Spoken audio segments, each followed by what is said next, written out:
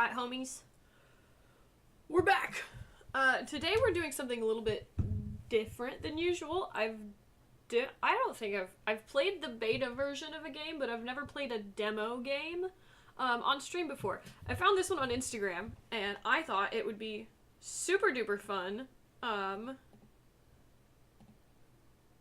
to play. But before we get started, I am going to pull up their Kickstarter page. That's not what I wanted. Hi, kids! So yeah, we're gonna pull up their Kickstarter page so I can read you guys some information about the game, because I genuinely think that you will really, really like this if you like the super cozy games that I play. I'll be right back, but excited. How are you? I'm also fucking awesome. Today's my second day that I stopped taking my nausea medication. Feeling a little bit rough, but we're working through it.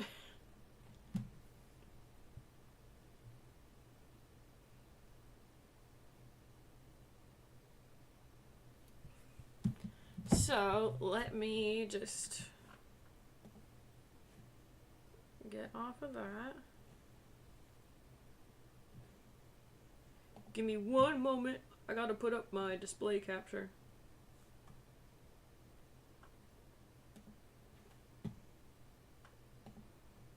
It's gonna look a little wacky for like 2 seconds.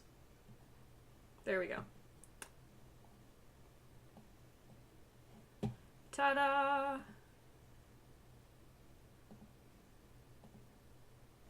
Goddamn, why is it so big? I probably should have done this before I got on stream, but who the fuck do you guys think I am? There we go. Sick. So,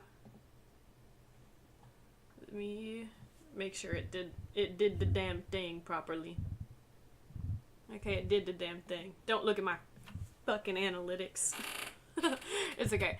So this is the Kickstarter page for Love at the Milky Way Diner. Just to give you guys a little bit of background about this game. First of all, happy fucking Pride Month. We're getting super gay today. This game is made by a lesbian couple, I think in Vancouver. Emmanuel's from Vancouver, at least. They're both in Vancouver. They made this game together. This is their second Kickstarter because the first one didn't make it all the way to the end. It says a second try at funding our sci-fi visual novel and cooking sim. Move onto a deep space station, run a diner, and find love. It looks so fucking cute. I've seen this on Instagram for like a couple days now, or like maybe like a week or something, and I've really, really wanted to play it. So we're just gonna kind of go through like the story and the characters, and then we'll go ahead and start the game, because if I end up really, really liking this demo today, I think I'm going to back the Kickstarter, because I really fucking love games. I fucking eat up dating sims. I love these games, especially like the cooking stuff, and the premise of this game seems really, really, really cool. So the demo's free to play on Steam, completely free. Don't worry about it. We'll just kind of go through it. Why we're trying again. Though our first Kickstarter was unsuccessful, we received such an amazing response from players. Folks have shared with us the ways the demos brighten their day, or how they've connected to the cast. Its support has made us determined to not give up on this project or the story just yet, which is why we're trying again. So their actual goal is, it says 54,757. I think that's either in my end American dollars, just because I'm in America, but all their stuff is typically in Canadian dollars. But they're at 31, and they've only got until July 11th. So if you guys really end up liking it, you can also just go donate like $5. Just saying. This art style is really beautiful, and it seems like a cute and fun game. Me? Freaking too, dude. Like, I would love to see this, like, come to fruition, especially, like, if it's as nice as I think it's going to be. So the story. Love at the Milky Way Diner is Clumsy Cats Studios' debut production. We're a strong but mighty team of 2 with big dreams of launching our own game studio. So the actual story of the game. 200 years after first contact, humanity is still trying to find their place in a galaxy full of far more advanced and established species. One such human, our protagonist, has recently been laid off from their corporate job on Mars. When news reaches them, their distant aunt Cassiopeia has passed away suddenly, and she would like one of her relatives to take over her restaurant on the distant deep space station Hesperides.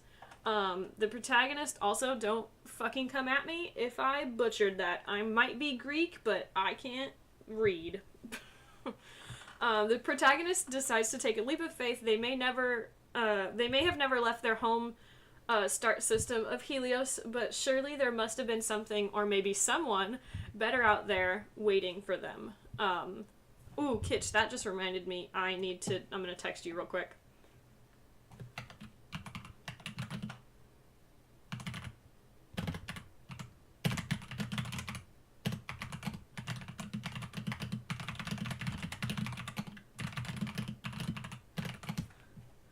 On Discord. The protagonist decides to take a leap of faith. We did that one. I can't read. When they reach the station, they find themselves welcomed by a vibrant multi-species community of eccentric individuals who are only too happy to welcome the new owner of their favorite place to eat. Love at the Milky Way Diner is a game about cultural exchange through food, building community, and finding love in the process.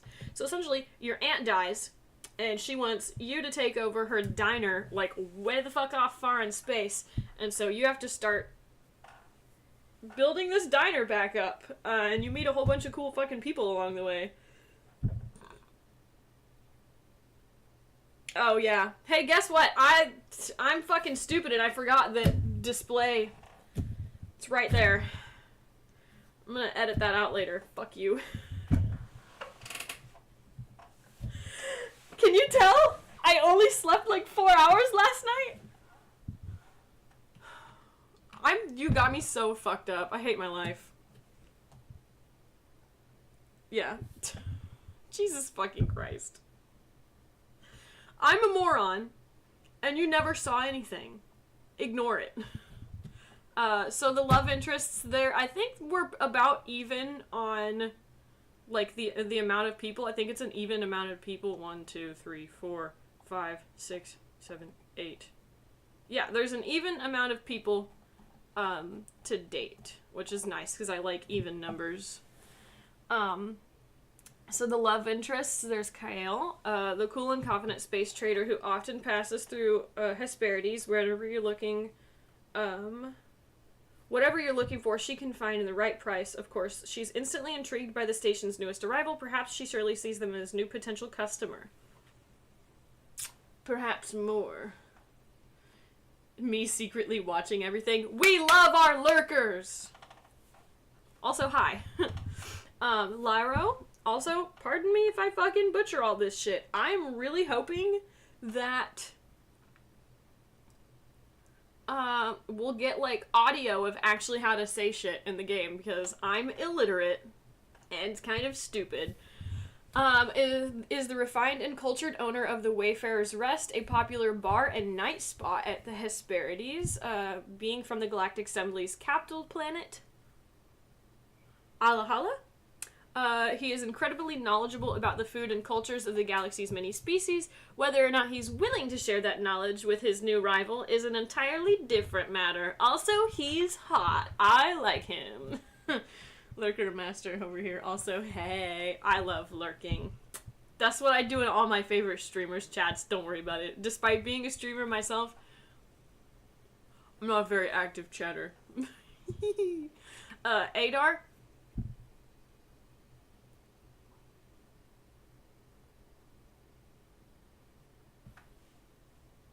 I'm really sorry. My cat's,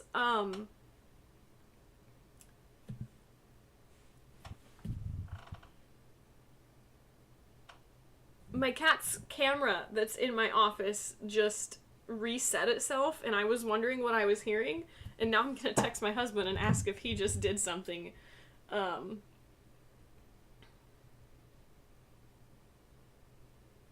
Or if it just, like, reset itself. Because Tulip knocked it over last night, but it should have reset before that.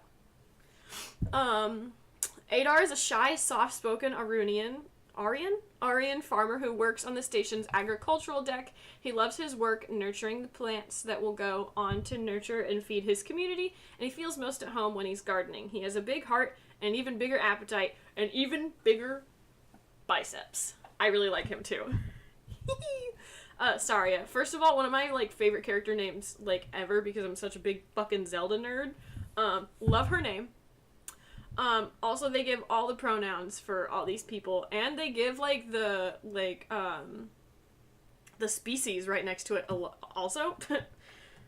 Adar, hello, we love Shy. Also, apparently, according to their Kickstarter and people who have played, Adar is actually the fan favorite so far.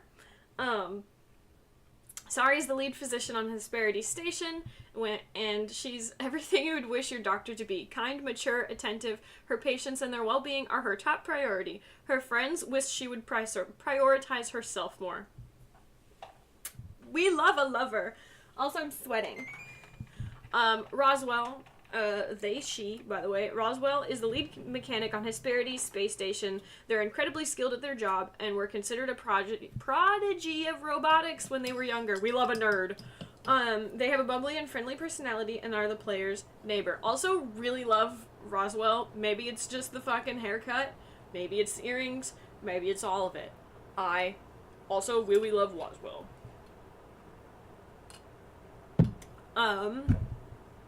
Sedith?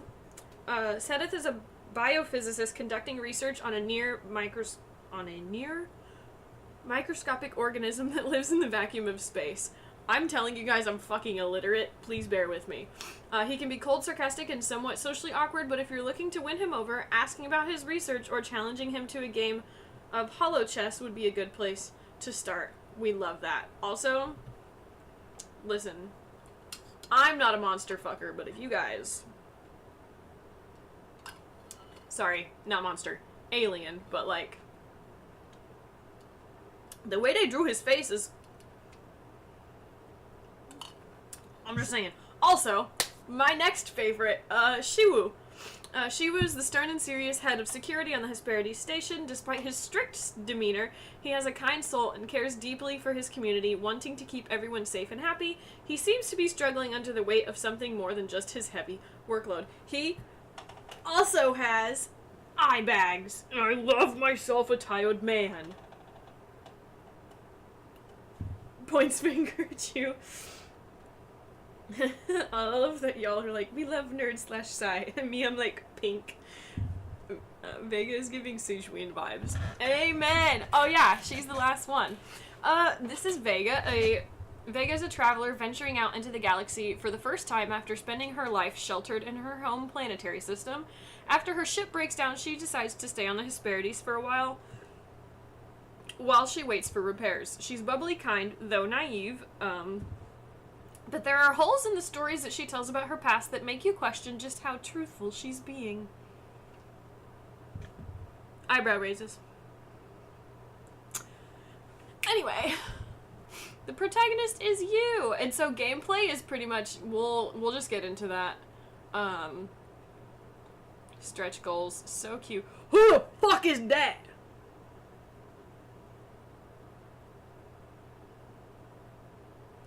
Anyway. Uh-oh.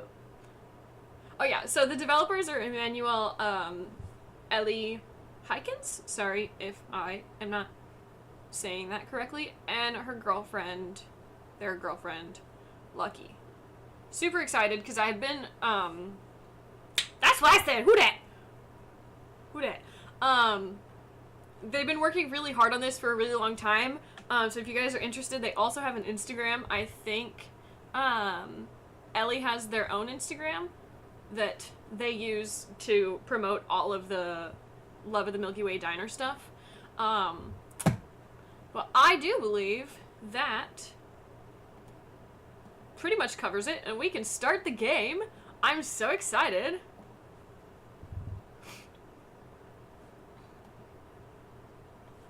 I love being a big freaking moron and accidentally showing my screen. Tee-hee!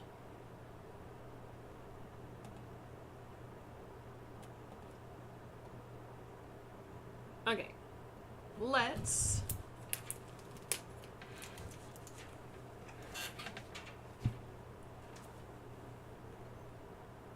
Also, the way my acne is flaring up right now is making me angry.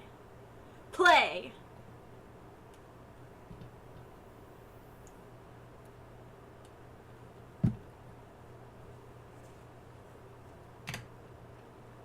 Adorable. Oh, actually, you know what? This might work because it's a window capture. Can we window capture? Yeah! Sick. Is it that? Okay. I hope that that is good. Yeah, that's perfect. Awesome. Okay, so behind my head is a new game. I'll move myself around if I really end up needing to, but we'll see how this goes. I'm super excited. I also need to actually turn on my desktop audio. And I'm just gonna deal with sweating for a little bit so we can actually hear everything. It is so fucking hot in Korea right now. It's ridiculous. New game. Again, nah, because I already love the music. Hi, traveler. What's your name? Oh, you know what? I actually need to record this. Maybe turn that down a little bit and turn it down in my headphones because I'm going to get fucking blasted. There you go.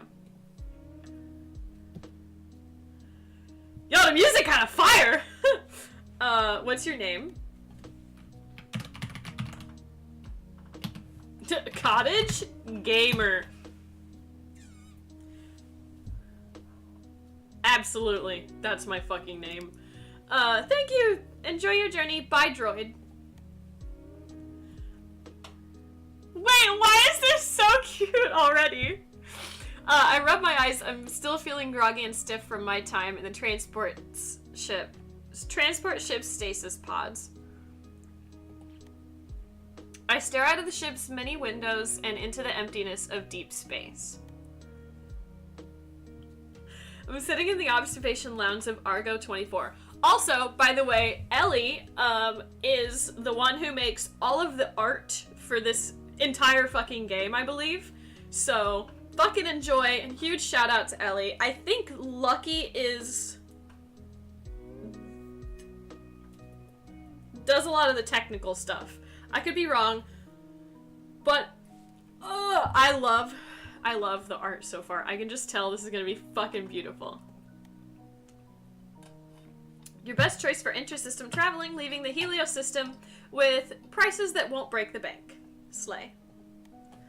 There are far more glamorous methods of space travel, 5-star cruising ships with luxurious rooms and great meals, where you can spend the long trip between star systems in leisure and comfort, but comfort costs credits, and I'm pretty short on those. So it's budget travel and budget stasis pods for me. And the Argo space fleet is known for being, especially no frills. Amen. The ship dips and my destination comes into view. The Deep Space Station, Hesperides, my new home. It's a sleek Aurelian design, with habitat and docking rings orbiting around the station's main superstructure. Spacecraft zip in and out and around the station like bees circling a hive. Unfamiliar alien designs in unexpected shapes. Thankfully, I was able to utilize an onboard sonic shower and freshen up before making my way here. This is so cute! My stomach rumbles and I pull out the complimentary juice box and small biscuits that were left by my pod for me to find when I woke up.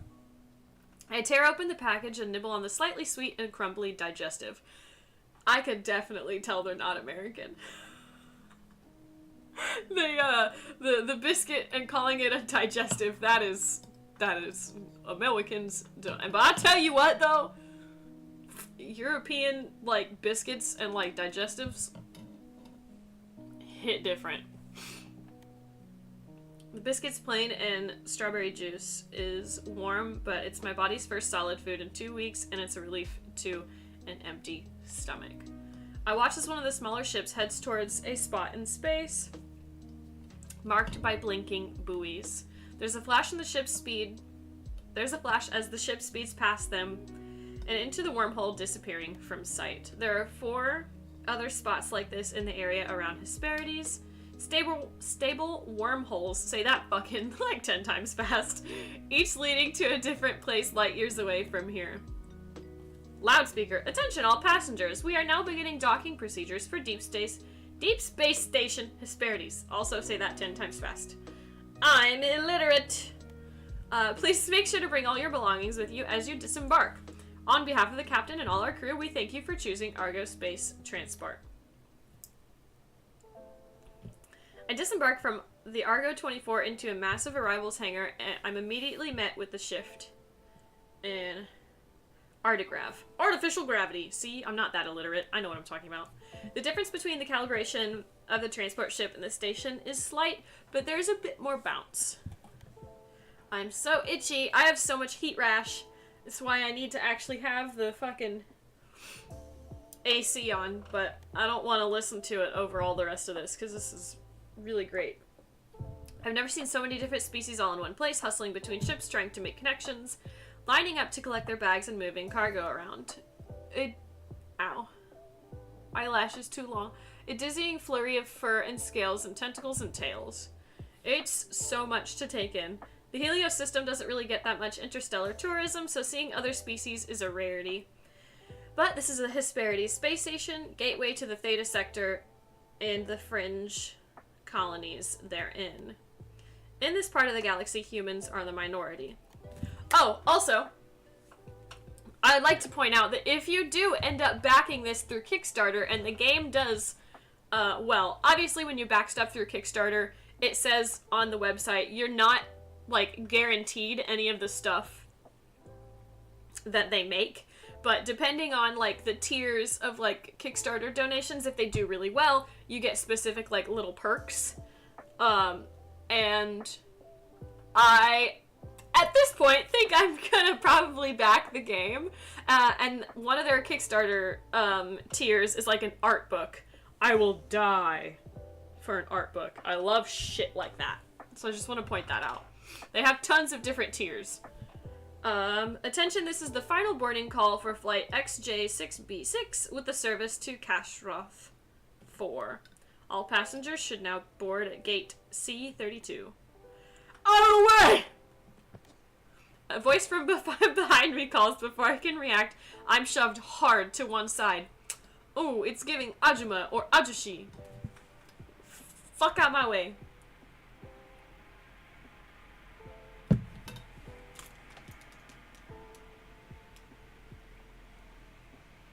I'm sorry if you can hear anything through my mic. Did they leave? I think it was one of the street cleaners. I thought it was more construction or somebody moved in across the street yesterday, I think. I'm thrown off balance by the impact and I tumble forward, hitting the ground hard.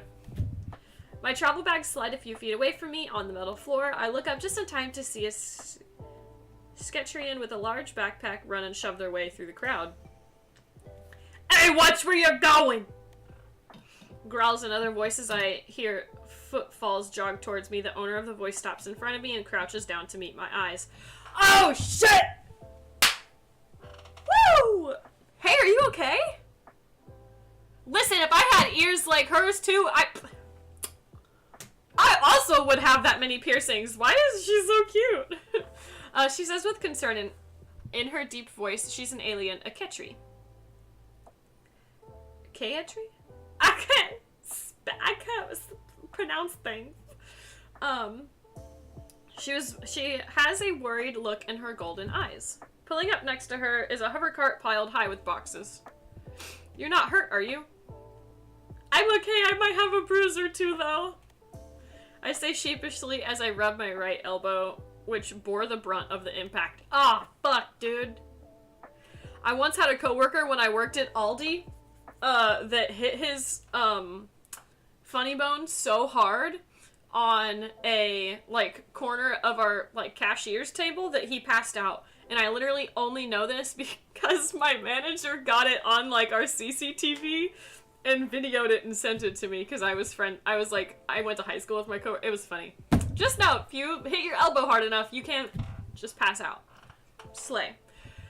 Here, let me help you stand. She extends her large, clawed hand towards me, and I take it. Claws? She pulls me up with ease, and I can't help but be slightly startled by her strength. Thanks, I say and crane my neck to look behind her, trying to spot my errant bags. Following my gaze, she turns around. Oh, don't mention it, she says brightly as she reaches down and grabs my 2 bags, throwing them both over her shoulders with ease. I'm Kale, by the way. She flashes me a toothy smile. Her teeth are fangs. I'd seen K-Tree videos before or from a distance a couple of times on Mars, but this is my first time really meeting a member of their species up close like this. She's kind of beautiful. She's kind of cool. I know who I want to romance. She's gonna be my bestie. She's kind of cool. She is beautiful though. Look at that. Gender envy. Species envy? I don't know. She'd pick my bags up like they were nothing when I'd struggled slightly under their weight. So she's obviously pretty strong. She has fangs and claws and a wild head of hair that would look windswept if there was any wind. Even her outfit is badass with her blaster holsters on her hips and pilot's jacket. Okay, also, I just need you guys to know, as a homie that grew up loving Star Wars, I love this silly little space shit. Let's go. She looks like she stepped right out of a Warp Racers movie. And on top of it, she's friendly and kind, rushing over to make sure a random stranger like me was okay. I return her smile gratefully. I'm Cottage. Well, Cottage, let's get you to where you gotta go. Do you have a connection to catch? Oh, no connection. This is me. I'm actually moving on to the station. What's up, Crow? Really? Well, in that case, I'll bring you to the arrivals. I'm headed there myself. Follow me. Sorry, I was walking my golden. Never apologize anything for the golden retriever. The good boy. I keep, like, burping up my breakfast. She smiles an easy smile and nudges the parked hover cart next to her tail. It whirs to life and follows her as she starts to walk, my bags still slug over her shoulder. Clearly, she has no intention of letting me carry them myself. I decide I'm just gonna roll with it for now. I still feel pretty rough from my time in stasis. I'm not about to protest. I dust myself off and start to follow her through the crowd. So, Cottage, you're moving in on the Hesperides? What brings you to this side of the galaxy, if you don't mind me asking, that is? My girlfriend says she loves your haircut. She screamed it. Thanks, girlfriend! I also love my haircut. I keep, like, looking in the mirror and going, oh, fuck, I'm so glad I cut my hair off, bro.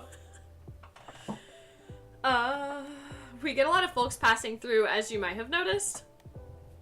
But it's not every day someone decides to make an extended stay here. I guess you could say I'm making a career change. I'm taking over my late aunt's diner. The Milky Way diner? Yeah, how'd you know? The Milky Way diner is a Hesperides station staple. I heard it was closing after your aunt passed. It's good to hear someone's keeping that place up and running. It's an important spot for the community here, and when you're this far away from home, community is everything. Oh my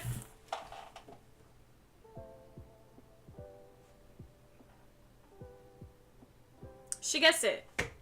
She gets it. I would literally start crying right now because my stupid pregnant ass. Like, this is also literally my biggest complaint about moving to South Korea is that the sense of community is so different from, like, where I'm from, and I miss it so much, and I don't know. Thanks for hitting home, bastards. That's a lot to live up to. I had no idea it was so popular. You and your aunt weren't close? Then quickly, as if catching herself, she says, sorry, I didn't mean to pry, and you don't have to share if you don't want to. No, it's okay. We weren't. Not really, anyway. I only met her a couple of times in my life when she came to visit family in the Helios system. She had her own thing going on here, her life out in deep space. The diner. My parents never really had the creds to take us out to the system to visit. Same, that hit home. I love it here, but community here is so different and hard to adjust to. Honestly, for real. Yeah. Kitch gets it! Because Kitch lives like 30 minutes away from me. I love you, bitch. My parents never really had the creds to take us out to the system to visit. Then about a month ago, we got word she'd had a stroke and passed away. Damn, that was really specific. When we got the will, it said that she would like one of her family members to take over if possible. She didn't have any kids of her own, so here I am. She just dropped everything to come out here. It's pretty bold for someone who's never left their home star system. I'm impressed. Not much to drop when the company you'd been working for goes bankrupt and you're out of a job. Also, I think my favorite part about like when it says that you like were at your like you worked at a company on Mars, I immediately went to Elon Musk. And goes bankrupt and you're out of a job, and I'm like, ha ha ha! Eat the rich. Mostly just Elon Musk. And you're out of a job. A fresh start sounded pretty good after that. It's true. No job, no love life. My friends from college and I had drifted apart. Damn, that's painful. Sure, my family was there, but they all had their own stuff going on. There really wasn't much of anything holding me back. Buying a one-way discount ticket to the gateway to the Theta sector and running a diner with no experience seemed like a much better option than just continuing to aimlessly drift around home. I get that. Sometimes change is good. Kale reaches over and gives me a gentle and reassuring pat on the back. Thanks, homie. You've got this. I'm sure the Milky Way diner is in good hands. There's a warm and reassuring look in her eyes. She's easy to talk to. I'm thankful to have met someone as kind as Kale as soon as I arrived. It's like my freaking brain has to buffer every 2 seconds. And what about you? We got a lot of folks passing through, so I guess it's safe to assume you live on the station? I'm a cargo runner, so I'd sooner say I live on the ship rather than here. The Hesperides is kind of like a home base for me, though. Got a good steady list of clients here, not too far of a trip to Rannon, and the people here are nice. What kind of cargo do you run? That depends on. Kale's amber eyes narrow and her ears twitch slightly. You're not a Gabby agent, are you? Wish I knew what that meant. Kale said with a conspiratorial edge to her voice, the Galactic Alliance Bureau investigation. No? There's an obvious uneasy tone in my voice. I'm just messing with you, she says with a laugh. I transport the usual stuff. Tech, food, alcohol, medicine, stuff like that. I do supply runs for a couple of on-station merchants. You could place an order with me if you need some ingredients they can't grow on the agricultural deck. I have a great whiskerfish supplier back on Rannon. Also, she leans in a bit closer and says a bit quieter. I have connections in just about every sector of this galaxy. Now that I'm seeing where everything is, I will probably move my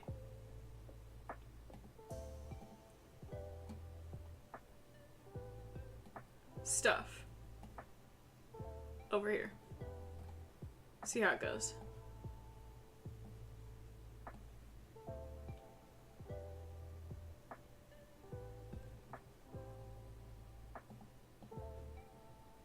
See, I gotta do this to make sure my camera's like actually, is it this way? Yeah, okay, it's inside. We're cool.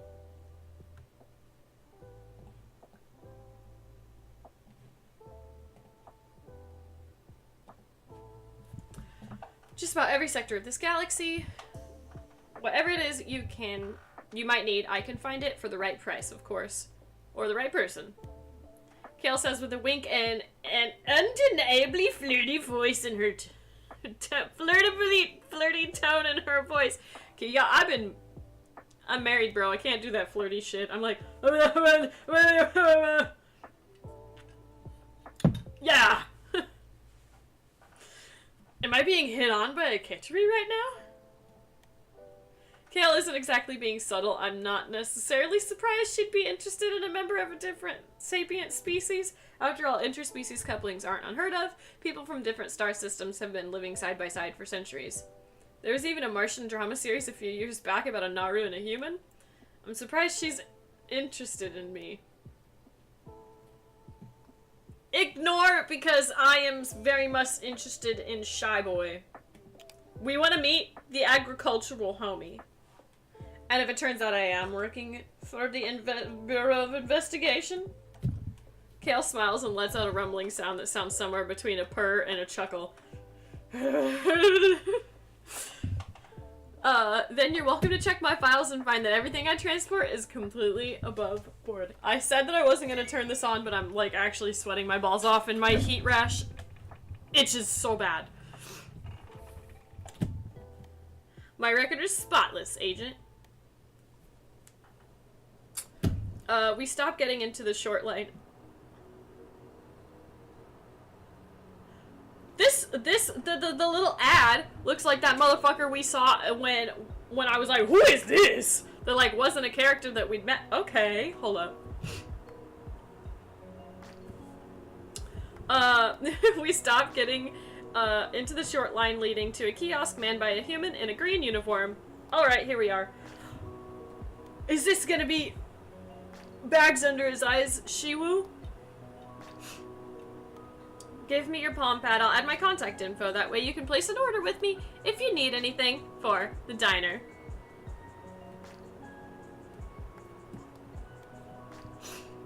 If we're in the same system, we can chat in real time. Otherwise, you can shoot me a text or a voice message and I'll get back to you once it reaches me.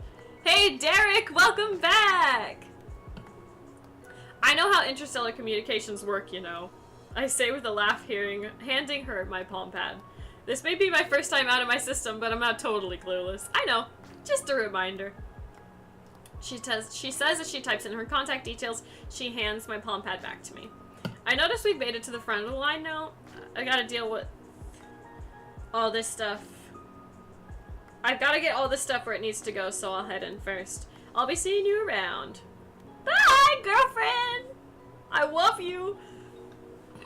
She puts her large hand on my shoulder as she passes by me and walks up to the kiosk, her hover cart following behind her. I knew! Officer Shiwu Morency! What's the head of security doing checking arrivals? Look at his bags! Look at the bags under his eyes. From where I stand now, I can get a better look at the man behind the kiosk. Officer Shiwu, as Kale called him.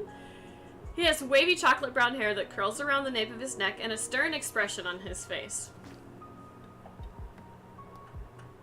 We love angry boys. Oh, but how am I ever gonna choose?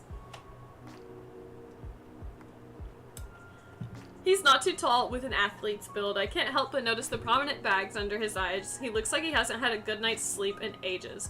It's the story of my life. Officer Escott called in sick today, so I'm taking over his duties for now.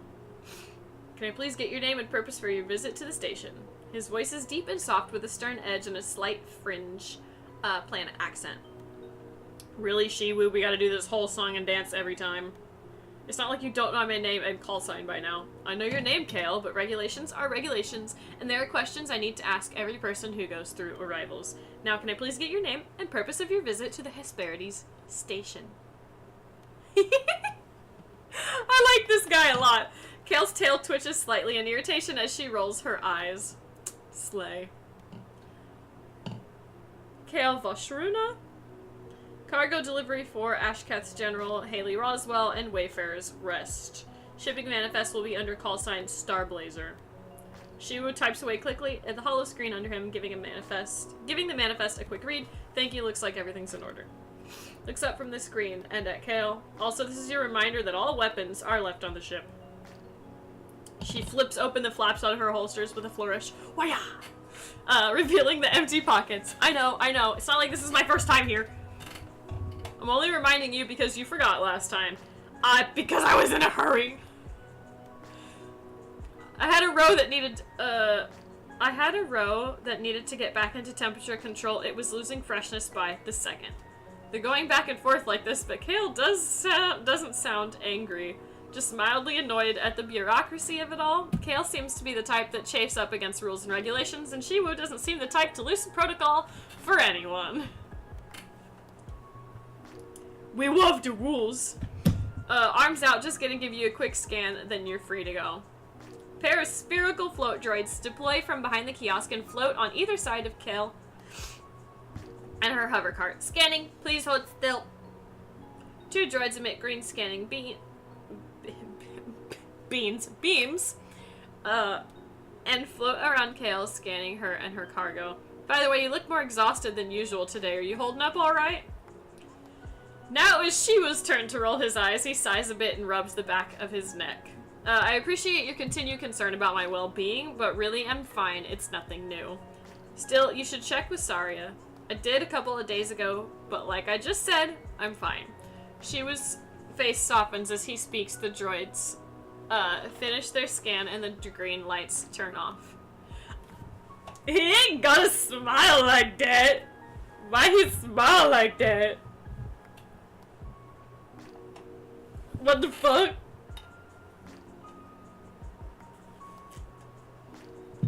Anyways, no forbidden articles or pathogens detected. Kale Valshruna, you're free to proceed into the station. Please enjoy your stay. Okay, I brought you some new herbal tea from Rannon. I'll leave it in your mail locker. Thanks, Kale. I'll be sure to try it before bed tonight. You better, and let me know how it goes. I'll catch you later, bud. I would hit my desk, but then everything would just like fucking rattle.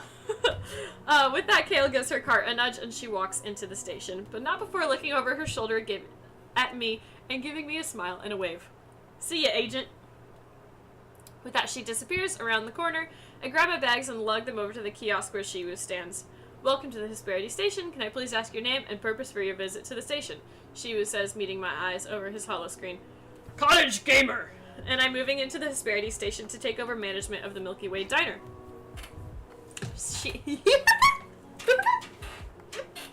Why's he gotta smile like that?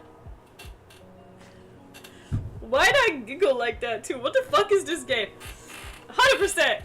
Take my fucking money! Take it, I don't care. Shiwa raises his thick eyebrows and corners of his mouth lifts slightly into a small smile. I love this motherfucker. Listen, I said I was gonna try to go after the farmer bro, but something about those eye bags.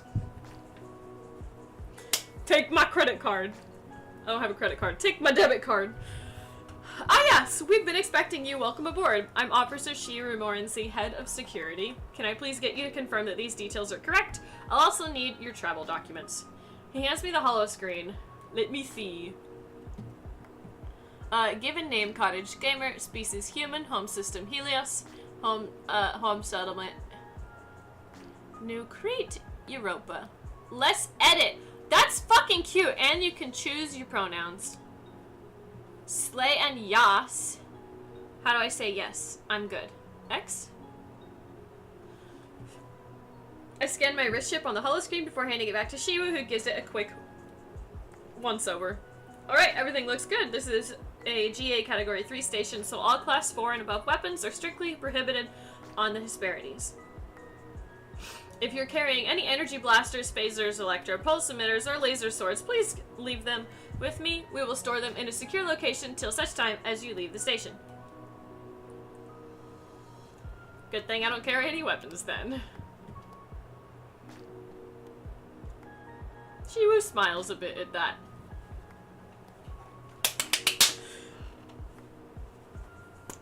I just punched my fucking... I am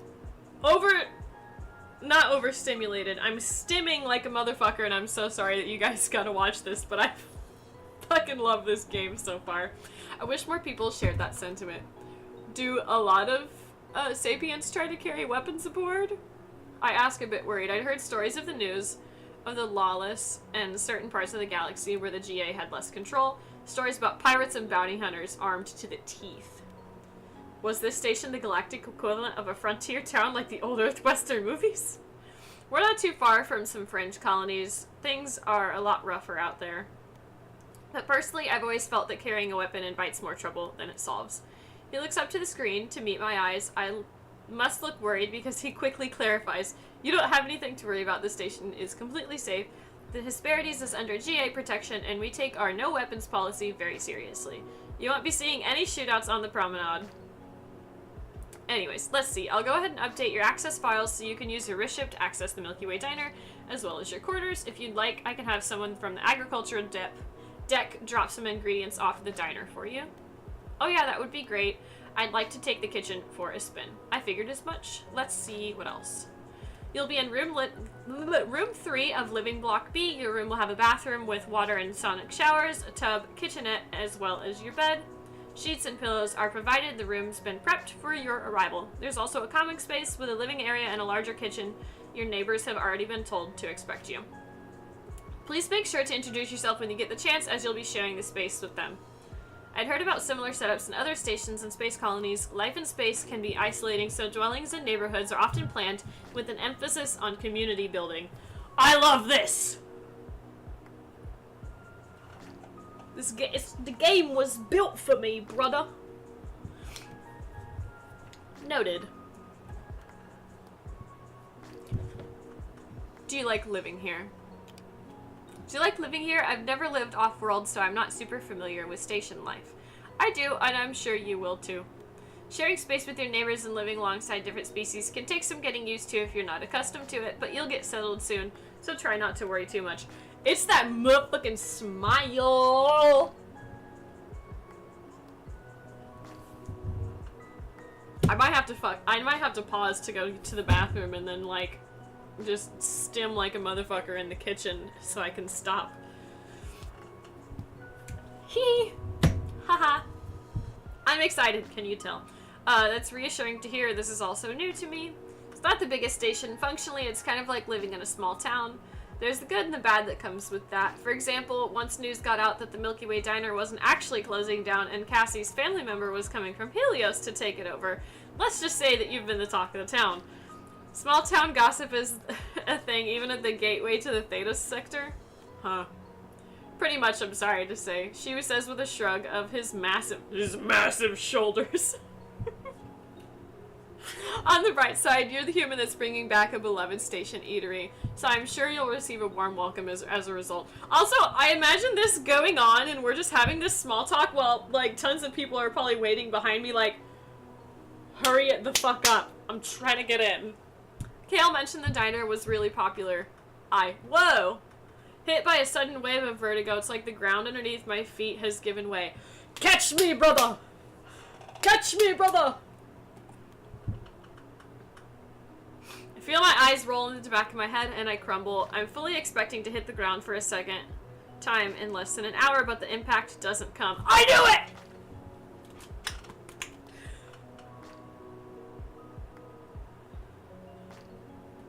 It's been a really long time. He said that was close.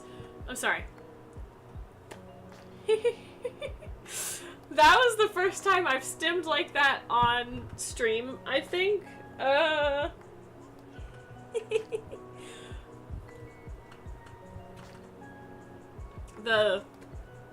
Is what I do when I get really excited. I love that he catches you. I love him! Here she was voiced closer and softer now than it was before. My eyes flutter open, and I realize that while I'm not currently concussed, he caught me. Take me. I'm out. I'm dead. I'm alive. I'm dead. I'm looking at you. Fuck you. God damn it. It's fine, girl. Stim away. It's good to be excited. I'm also totally recording this. This is gonna be funny to, like, look back on. She was spaces only a handful of inches away from mine, that close up, and I'm struck by just how handsome he is. His hair falls into his eyes and his thick eyebrows are knitted in concern. Also, eyebrows. I've said this. I fucking love eyebrows, bro.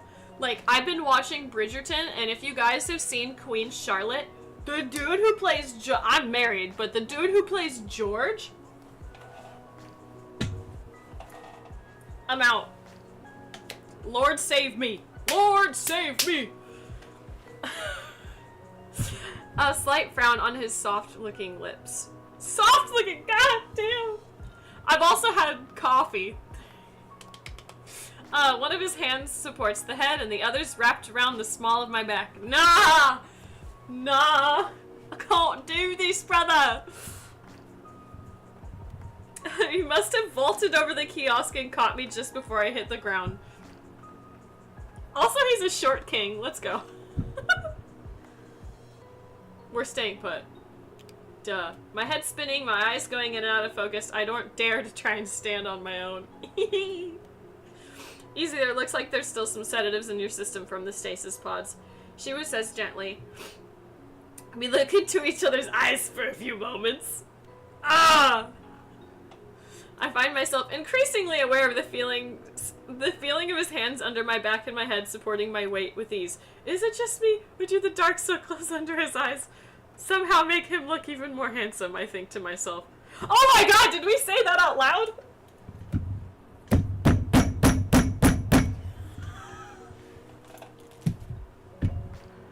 Even my face started to get red.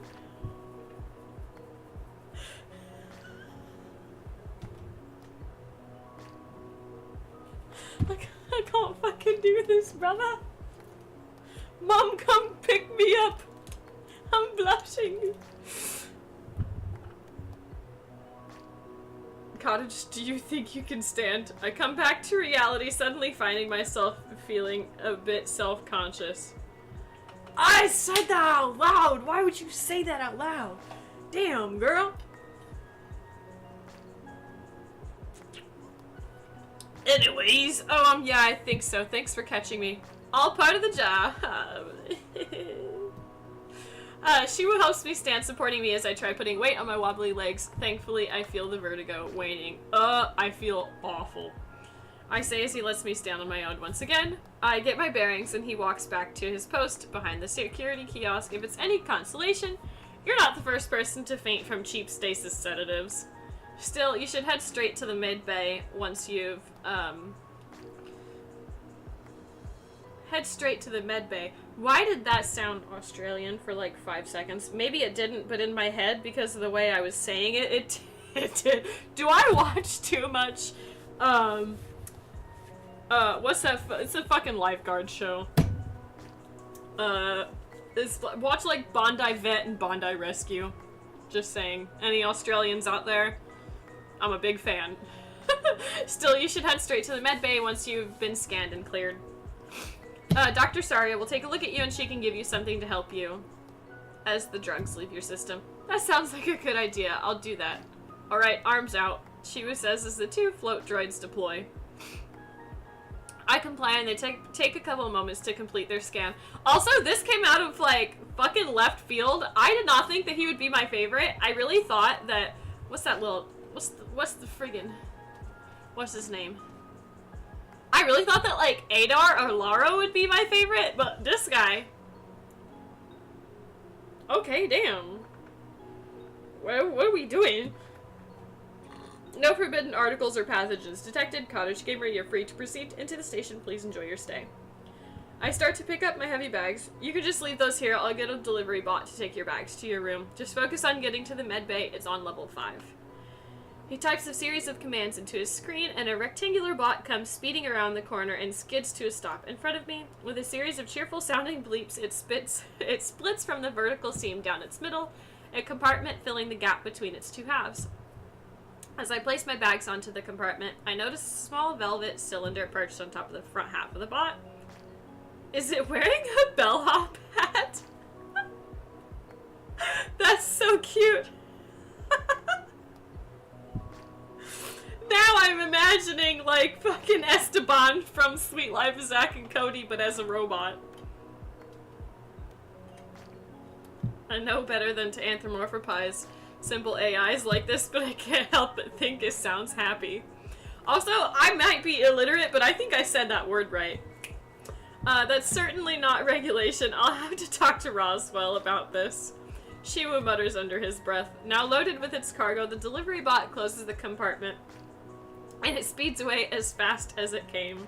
Thanks, Shiwu. I guess I'll see you around then. Shiwu gives me a full, bright smile. That's it. I'm out. I'm hooked. Take my money. Goodbye. Shiwu gives me a full, bright smile. See you around Cottage. Enjoy the rest of your day. You as well. I say, returning his smile and waving over my shoulder as I head to the station. From behind me, I can hear she would call up the next person in line and start his spiel over again once more. Oh my god! Okay, before I go to the med bay, I'm gonna pause. Pregnant lady has to go take a big pee-pee. So, I'll be right back. Give me just like a minute or two.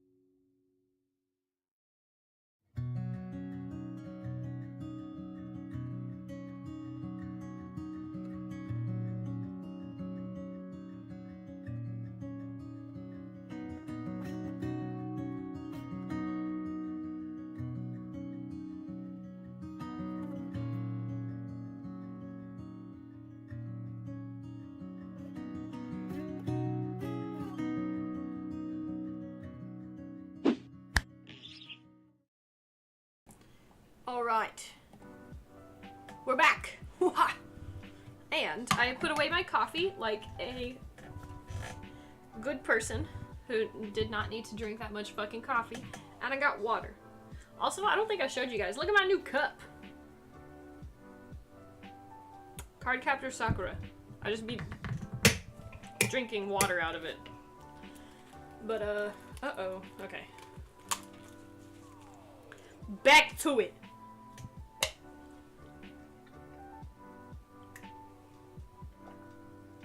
Best part about this cup, though, is... Okay, maybe I should...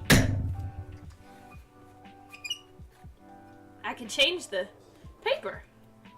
It's so fun. I'm actually really happy I bought this kit. I use this like every day now. This is how I keep my water intake.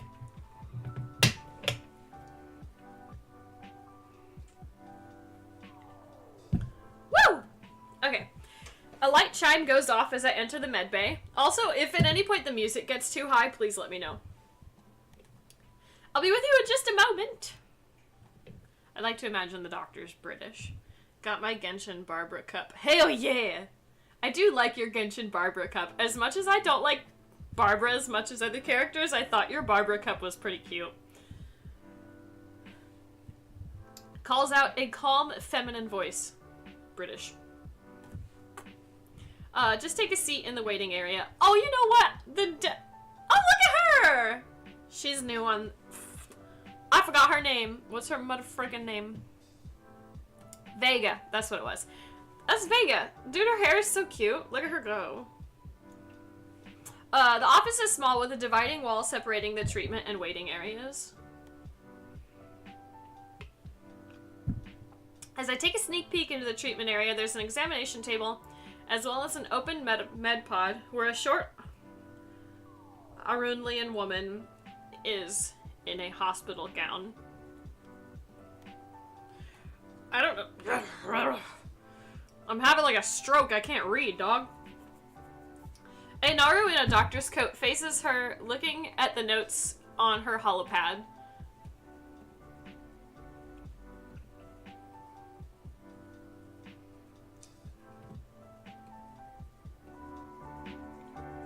There. I turned the music up a bit. If you guys like needed it a little bit louder, just let me know. The same voice from before, the one belonging to the doctor, continues. As I was saying, thankfully your time in the med pod has healed up your skin from the burns you suffered, and all the damage to your eye was thankfully reversible.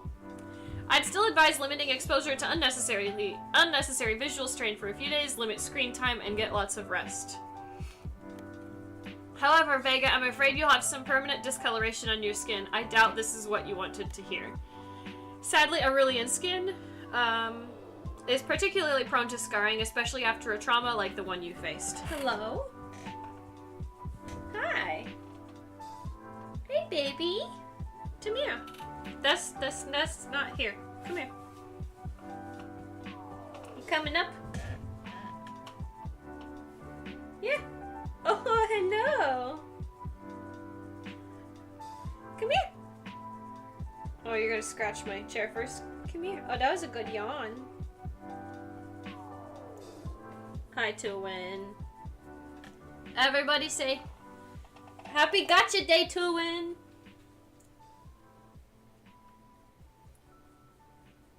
I love him so much. He had a big fucking donut yesterday.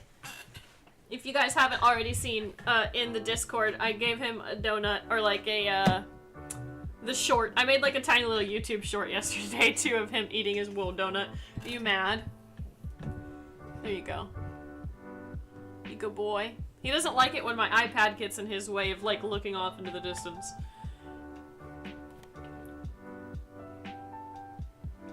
There is, of course, a possibility it will continue to fade as time goes on, and if you'd like, I could put you into contact with a cosmetic dermatology specialist on Sios. He's an old colleague of mine and is very skilled with reconstructive procedures on Aurelian skin.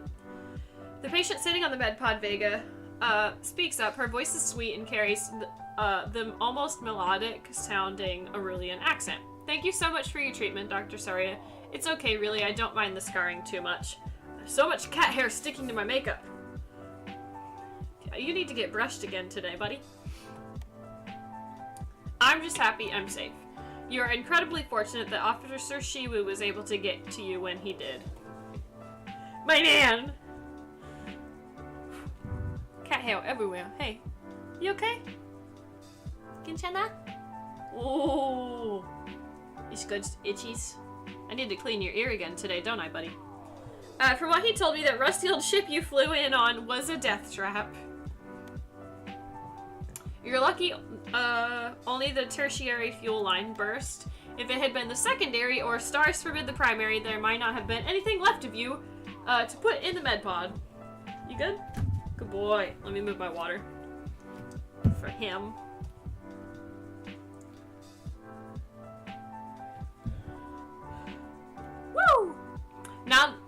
clothes, you can go ahead and get changed in the washroom over there. I'm going to take a look at my next patient. Tanks. What did my sister say? Hello, sister.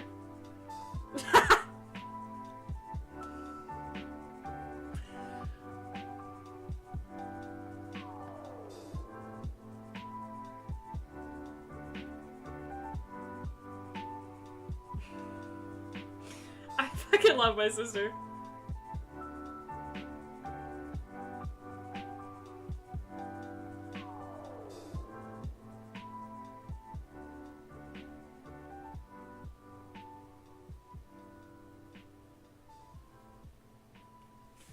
Cool. Sorry, guys. El Husbando had texted me. Vega says she hops off the bed pod, walks over to the bathroom, closing the door behind her. Alright, you can come on over and take a seat on the examination table here. Her gloves are so cute, but I do not think that those are medical grade. They do not come up to here. Just saying. I'm not a doctor. Don't ask me. I follow the doctor's instructions, walking over to the exam table and taking a seat. Hello, I'm Dr. Saria. How can I help you today? I keep having to prevent myself from burping. Hello, I'm Cottage Gamer. I just hopped off a long haul trip. I've been out of stasis for about 2 hours, but I've been feeling kind of off, a bit sore and dizzy. I have a headache, and I fainted earlier. I see, that's not good at all. Saria says, typing notes into her holopad. How long did you spend in stasis? Did you fly on a personal or mass transit craft? Mass transit, one of the Argo spaceline ships. Saria winces and clicks her tongue in disapproval. That makes sense. That brand of sedatives for stasis the Argo space fleet uses are outlawed in Naru space for this exact reason. Sorry you're feeling unwell as a result. She gives me a sympathetic look and types a few final notes into her holopad before placing it on the table next to her. Lie back on the examination table. I'm going to do a quick scan to check our vitals. I do as Saria instructs and lie down. She grabs the scanner and leans over me, and as she does, one of the tentacles on her head falls in front of her face. She gently pushes it behind her pointed ear. I can see the chromatophores on her skin at the tips of her tentacles shifting, different shades of mostly coral pink, but looking closer I can see undertones of blue and green. I know that Naru have chromatophores God damn! I'm illiterate. I know that Naru have chromatophores change colors with their emotions, but I haven't learned what each color means. Saria hovers the scanner over me, and I do my best to lay still. After a few moments, it's over. Alright, Cottage, you can sit back up now. It seems your body is still attempting to break down and process the last of the sedatives in your system. That's why you're feeling the lingering effects we call pod sickness. Saria explains as I turn to my sitting position.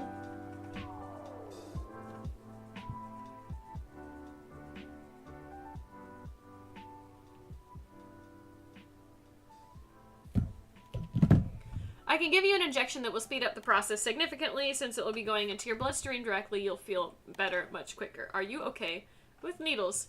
They kind of freak me out! IRL. Needles kind of freak me out, to be honest. My ear itches. I say, a bit embarrassed to admit, even as an adult, I still have this childlike fear. Story of my life. I totally understand. Would you prefer a pill? It will still help, but not as quickly. You'll probably need to lie down for an hour or two for the drug to help your body flush the remaining sedatives. No, that's okay. I want to go to the diner and do some cooking after this, so it's probably better if I go the more efficient route. I'll just have to tough it out. I'll do my best to make the process as comfortable as I can for you. Thanks, Doc! Saria goes to the cabinet near the treatment areas and scans her wrist chip. I watch as she preps the needle, filling it with medicine from a vial. See, that's where you make... That's right there. Number one, strike. Don't fucking look at them. Don't look at the needle. I don't be looking... I'm like... Every time I get my blood drawn. Nope. I mean, I too am afraid of needles. People are always confused because I have That's literally exactly what all the nurses at my, like, baby doctor, they're always like, oh, haha, you're afraid of needles. But, like, they're, like, pointing at my tattoos, and I'm like, That doesn't go, like, fucking really deep into my skin, shorty. Just saying. Oh, I can't talk. Like, I'll just be like, like, fucking holding my breath, trying to, like, just not think about what's happening to me. She brings the tray back over and places it in the little rolling table by the examination table. Alright, Cottage, I'm just gonna do a quick swab here to sanitize, and Saria stops, places her hand over mine. At that moment, I realize I'm so tense that I'm shaking. It's okay, you can relax. It'll be hard for me to find the vein if you're shaking like that. I usually make sure to exhale when they first stab me. Tattoos are fun! Needles are not. Amen. I nod, looking into Dr. Saria's strange alien eyes. I feel the touch of her cool skin from the part of her hand that isn't covered by her glove. Her touch is cool and incredibly smooth. Like a baby's bottom. Let's do a little breathing exercise together. First breathe in and count to 4 slowly.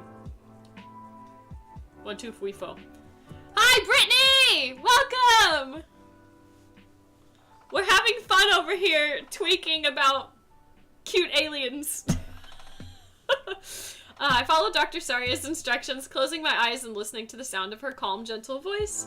Now hold your breath for 4 seconds.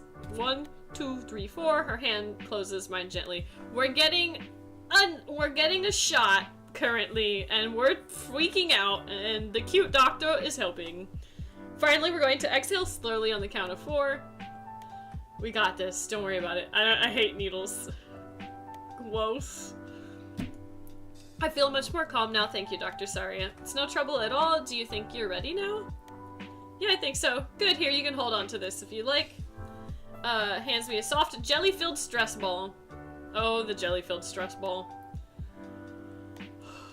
Saria smiles and sanitizes the spot on my lower arm, once again looking at the ceiling so I don't have to see the needle go in. That's what you gotta do. I'm telling you. Alright, Cottage, can you breathe in for me? Yellow star patch! Oh, I think I'm gonna sneeze.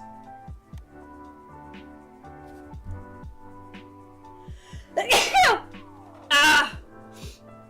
I lie back down on the table as Saria sets about putting her supplies away. So you're Cassie's relative that's taking over the Milky Way diner? Yeah, Officer Shiwa mentioned people on the station have been waiting for me to get here. We have. Welcome to the Hesperides. How are you feeling now? Would you like to stand up?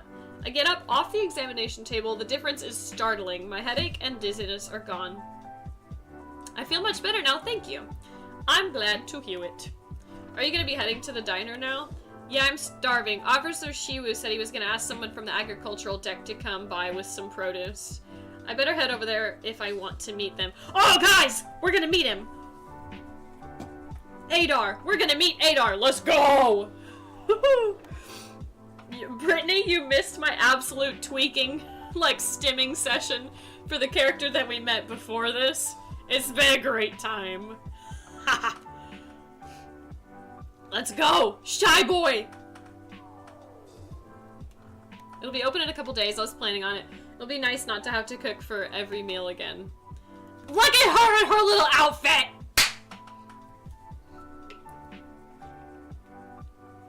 As I get myself ready to leave, Vega comes out of the bathroom. Alright, I'm off. Thank you so much for everything, Dr. Saria. It was my pleasure, Vega. Feel free to come back if you need anything else. If you have time before you head to your room, would you consider stopping by the tech office? She's a widowy, so cute. Also, all the characters that we've met so far, romanceable. Womanceable. If you have the time to, before you head to your room, would you consider stopping by the tech office? Our station's lead technical mechanic, Roswell, has been looking at your ship. Okay, but like, imagine Roswell and Vega. So cute. They'll want to talk to you when you get the chance. Maybe you can walk with Cottage here to the promenade. You'll need to pass through it to reach the tech office, and it would be good for you to get the lay of the land, or so to speak. Saria turns to meet my eyes. Would that be okay with you? I think it would be good if you stuck together, less likely for one of you to get lost. Yeah, sure, I don't mind. Fantastic. You both remember what I said. Try not to push yourselves too much. And please come back next time you need medical assistance. You've got it, Dr. Saria. I walk over to Vega and she gives me a polite bow in greeting. I return the gesture. Hi, I'm Vega. She says, raising her hand in a small wave. I'm Cottage. Let's head out. I turn and nod my head to Saria as we leave the med bay. Bye, Dr. Saria. She smiles and waves us goodbye. So cute! How are you holding up? Sorry, I didn't mean to eavesdrop, but from what I heard, it sounded like you had a rough couple of days. Yeah, my starship had a malfunction while exiting the stable wormhole, unstable tertiary fuel line. I thought I could handle it on my own, so I tried to fix it myself, but she got boned. I may have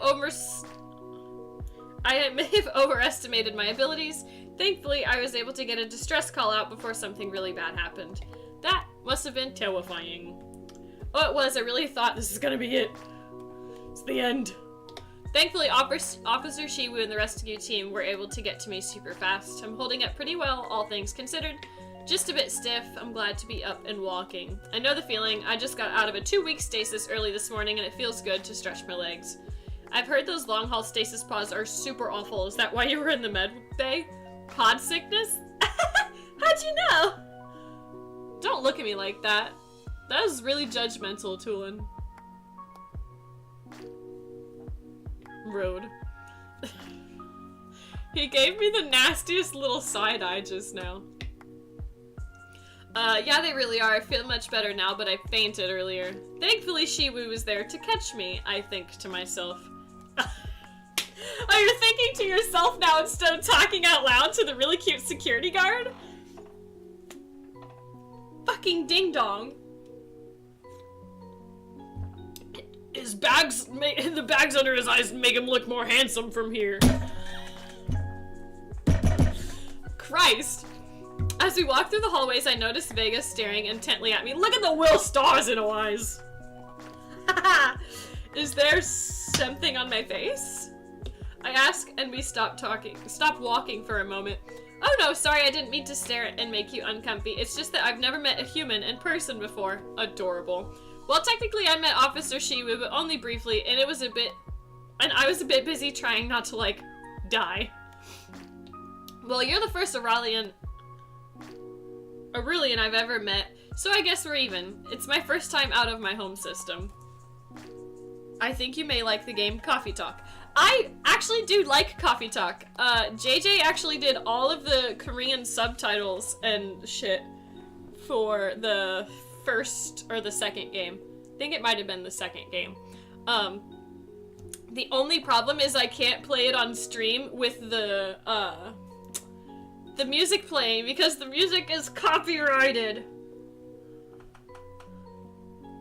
Do you want me to open up the window? I think he wants me to open up the window for him. Uno momento. I'm opening the window. Don't get those anxious little eyes.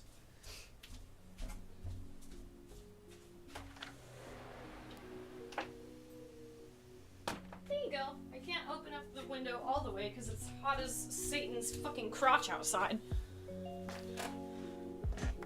Coffee Talk is a really, really, really good game though if you guys have never played it. It's like it's another visual novel essentially. Oh my stars! Me too. I love her. I love her. Also, I think my camera fell a little bit. Give me a moment. I've met Nario and Sketians before, and even a Ketri, but never a human. That's not all that unsurprising, I think to myself. I have a really bad feeling that we don't actually think to ourselves. Travel visas to the Aurelian system are notoriously hard to get a hold of, especially for humans. Also, cryptid coffee house where you can date Mothman. Excuse me? Give me a moment.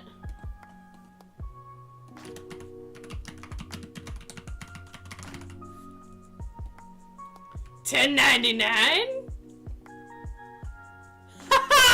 Why is that adorable? What the fuck?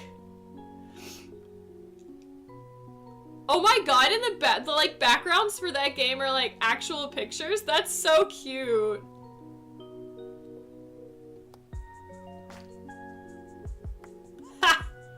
We're adding that to the wish list, guys. That's adorable.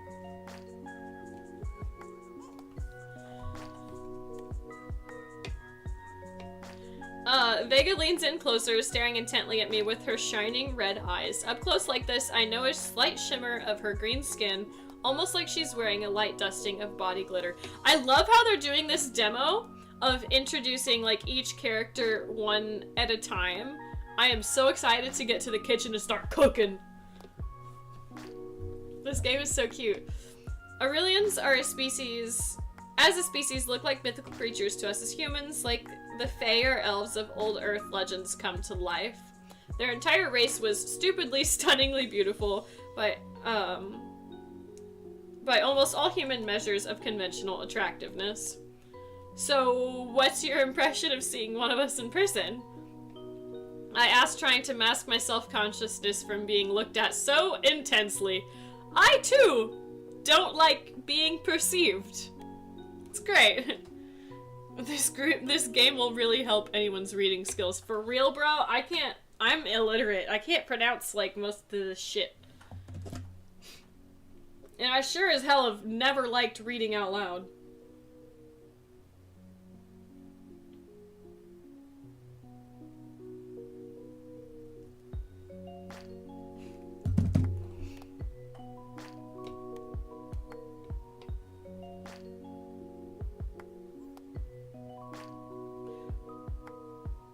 Give me 1 second. Your ears are kind of funny. They're round. Do you want to touch them? Do all Aurelians sparkle? Yeah, we're gonna go with, do all of you guys, like, sparkle? Do all Aurelians sparkle? Of course! I guess humans don't. We do not. Not unless we're wearing makeup, that is. I say with a little laugh, shaking my head. Our hair does turn white as we age, though. Really, that's so cool. Our hair just stays the same color all our lives. Some Aurelians say humans are pretty ugly, but I don't agree with that at all. She muses matter-of-factly, and I raise my eyebrows at her comment. I'm glad you don't agree, but I'd be lying if I said that wasn't a little insulting. And even a bit speciesist. Speciesist? It's one thing for species to have different beauty standards, but to say it like that... Oh, well, what do you humans say about us? How to answer that question. It's a weird quirk of evolution that Aurelians and humans happen to look a lot alike, but the histories of our civilizations could not be more different. The Aurelians were the first GA civilization to harness nuclear fission as an energy source. Incredibly technologically advanced and ridiculously wealthy thanks to their resource-rich home planet, the Aurelia Prime, and 4 habitable moons. Humans, on the other hand, are best known for being the one and only species in the Galactic Assembly that somehow managed to fuck their homeworld till it was no longer habitable through their own greed and stupidity. Fucking shots to that, baby! Sure, we managed to survive the collapse of our home planet and expand throughout our own solar system with the comparatively rudimentary technology that we had developed, but we probably could never have dreamed of achieving interstellar travel on our own. It's doubtful the GA would have even reached out and made first contact with the primitive resource-poor residents of the Helios system had their hand not been forced. It was an open secret that the Aurelians tended to look down on our species more than any other, and the general human consensus, Aurelians are a bunch of beautiful, rich snobs, blessed with ridiculous good looks and more resources than they know what to do with. You guys are, like, really pretty. I'm not gonna say that you guys are snobs. That's mean. It's one thing to, like, say something, and it's another thing to, like, say a mean thing back. So we're not gonna do that. A bit full of yourselves, I think to myself, but I don't say it out loud. Thank you, she says, flipping her hair over her shoulder and flashing me a dazzlingly bright smile before continuing to walk. Oh yeah, definitely full of yourselves. Oh shit, maybe I should have said snob, damn. I love that not everybody has this, like, super cool, like, intro, though. It's very realistic. I am enjoying this a lot. So, where were you headed before your ship broke down? I wanted to get as far away from the Aurelian system as possible, so I figured the Theta sector was a good bet. That makes sense. The Aurelian moons are all the way on the other side of the galaxy, even with the help of stable wormholes. It still would have been a 3 or 4 week journey to get here. You're not a criminal or something, are you? On the run from the law, headed to a fringe colony to lie and plot your next big heist? Haha, no, nothing like that. I just felt so trapped back home. Guess you could say I needed some space. Haha, so funny. Was that supposed to be a pun? You didn't like it? Thought it was out of this world? What about you? Why are you here? You're looking at the new owner and chef of the Milky Way Diner. Oh wow, you're a chef? Do you serve human food? I've always wondered what you guys eat. I plan on it, but I'd also like to learn some recipes from other cultures. You should come by if you're still on the station when I open in a couple days. Yes, please! Cannot wait. By now we'd reached the promenade and I could see the outside of the Milky Way Diner. Look at her! And by her, I mean our beautiful sign. It was a shop front like any other on the promenade, but there was a big window on the side with the diner's name painted onto it in bluish green letters, which made it unmistakable. Speaking of the diner, this is me. Do you think you'll be able to make it to the tech office on your own from here? Yeah, I think I'll manage. Thanks for walking with me. Do you think I could maybe get your contact info in my palm pad? Then a bit more shyly, she asks, just so you can let me know when you open your diner. I promise not to bug you. Haha, sure. She hands me her palm pad and I type in my name and contact info, then add first human friend. She takes her palm pad and beams as she looks at the contact profile. You're really my friend now? My heart. My little heart. She asks, hugging her palm pad to her chest. Yeah, I think so. Is that weird to say? Vega shakes her head and I wonder if I imagine the tears I saw welling up in her. Oh my god, look at them! Ah! No, not at all. I'll send you a message. Make sure to log me in as your first Aurelian friend, too. She turns away from me and begins to walk off. Bye, cottage. See you soon. Wait, hold on. Ooh, okay, yeah. Vega shoots me one last smile, and with that, she very nearly jogs away from me and around the corner towards the tech office. I scan my wrist chip, and the door to the diner unlocks. There's a slight chime as I open the door. The diner's small and cozy, with a couple booths and some countertop seating. The kitchen is open, and there's a door leading to the walk-in office at the back. Again, with this, the space here, that really looks like the person from the Kickstarter page that, is part of a DLC. I walk behind the counter and explore the kitchen, pots, pans, knives, and cutting boards, all clean and in their place. A few non-perishable ingredients that are still on the shelves, but it seems like the walk-in was cleared. Sanitation probably did that so nothing would start going bad. I run my hand across the well-used countertop and let my mind wander. The sound of the door chime jolts me back to reality. I turned around to see an Aurelian man in an orange work suit standing in the doorway. He carries a large crate under his muscular arm. Let's go! Look at him! Look at his biceps. Excuse me, are you cottage? Officer Shiwu asked me to bring some fresh produce from the ag deck around. His voice is surprisingly quiet. I very nearly struggled to hear him from across the diner. I probably couldn't catch what he said if there was any background noise. Yeah, that's me. Come on in. He gives a slight bow towards me and walks in.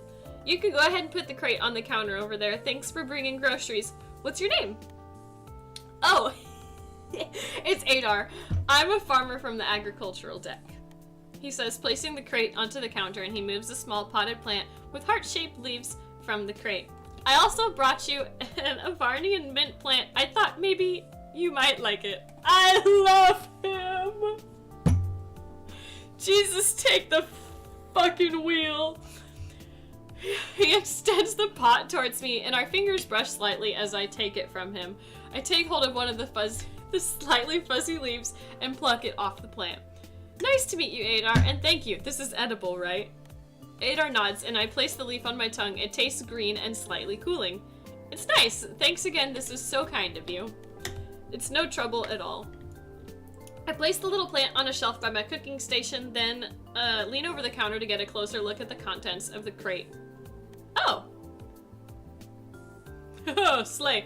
I look into the crate and realize with embarrassment that I don't recognize a single bit of the produce. Shouldn't be surprised, this is a multi-species station, home only to a handful of humans.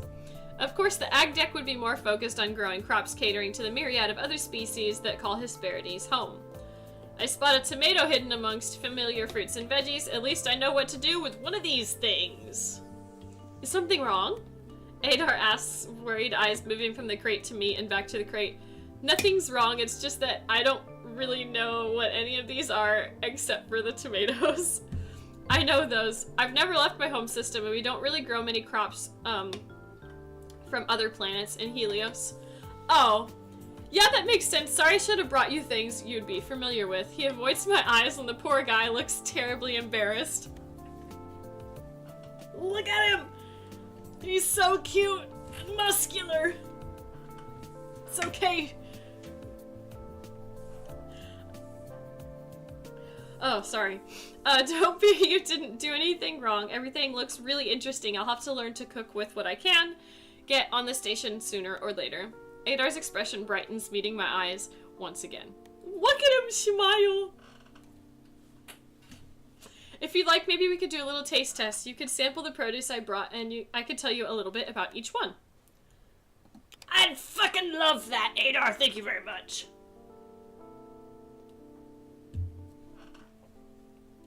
I'd like that. Should I get out a cutting board? No need for you to get anything dirty. I'm sure this will be fine. Adar pulls out a small pocket knife from one of his overalls pockets. I love it! We sit across from each other at the counter and start going through the box of fruits and vegetables. His voice still quiet, but his tone more confident. Which one do I want to try first? The pink one! What is this? I point to the prettiest fruit of the bunch. It looks like a blue bubble with a pink center. The fruit is giving kitsch. Just saying. What's this one called? This is a sea berry from Nauru. We actually grow these underwater in our saltwater glow shrimp tanks. The plants and the shrimp provide each other with nutrients that keep each other healthy. It's a fascinating symbiosis. Go on, try one. Just take a little,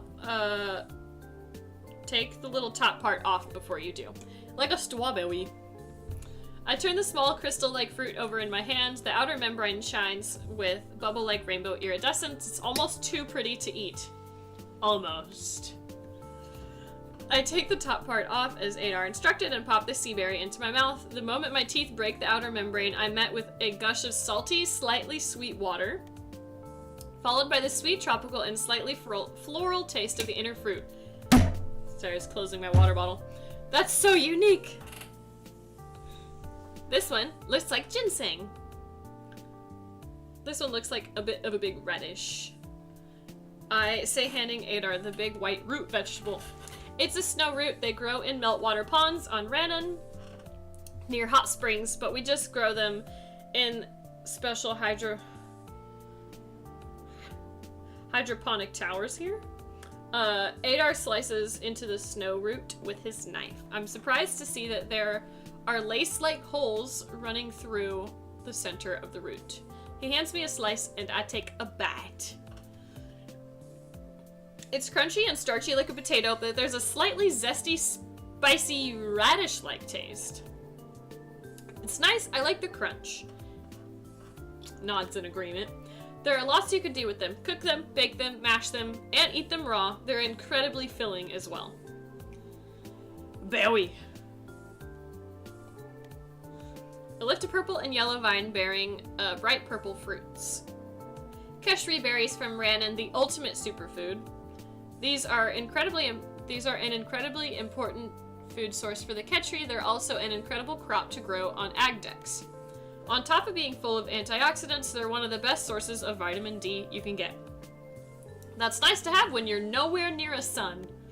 I'd say, pulling a berry off its vine and popping it into my mouth. Once I bite through the firm skin of the fruit, I'm left with a soft, chewy texture There's an initial tartness that disappears quickly and is followed by a deep berry sweetness, like a combination of blackberry and purple grape.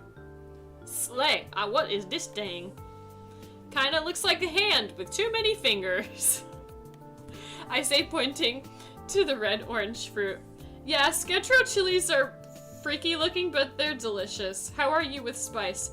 I'm okay with it, but exactly how spicy are these? Not gonna destroy my taste buds, am I? It's not that spicy, so you should be fine. The peppers from your home system have a chemical called capsaicin in it that makes them spicy. This one has a bit of that too, but they also contain hydroxy-alpha sansule, which has a more tingly effect. That sounds cool. Let's give it a try. They are just throwing these big-ass words at me, dog. Like, what in fact am I even saying right now? I don't know. Adar breaks off a finger from the chili and hands it to me. I go for it, taking a big bite. It's crunchy and very similar to the peppers I've had before. The heat is subtle, creeping up before the tingling hits, numbing my tongue slightly. It's tasty, and the numbing spice is kind of addictive.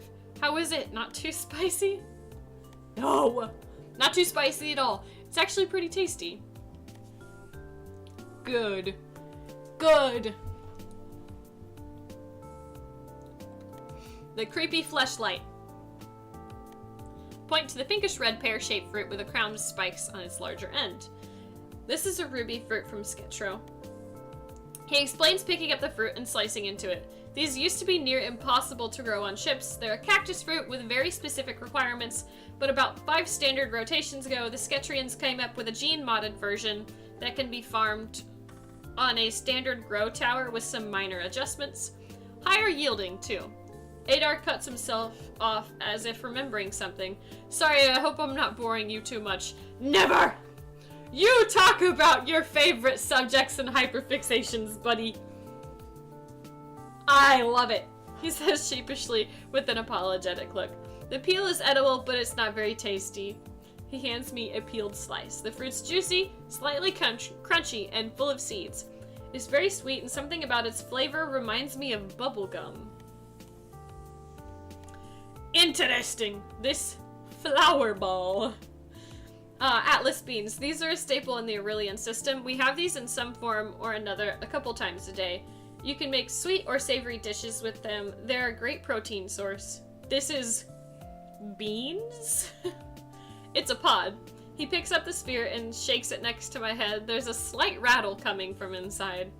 Here, let me show you. He peels back a part of the membrane and shakes 5 large indigo beans out of the pod and into his palm, which he then extends towards me. You can try them raw and fresh from the pod like this, but it's more traditional to cook them. This flower here is edible too, though it's used more as a garnish to make the dish pretty than as something you'd actually want to eat. I decide to pass on the flower, but go ahead and try one of the beans.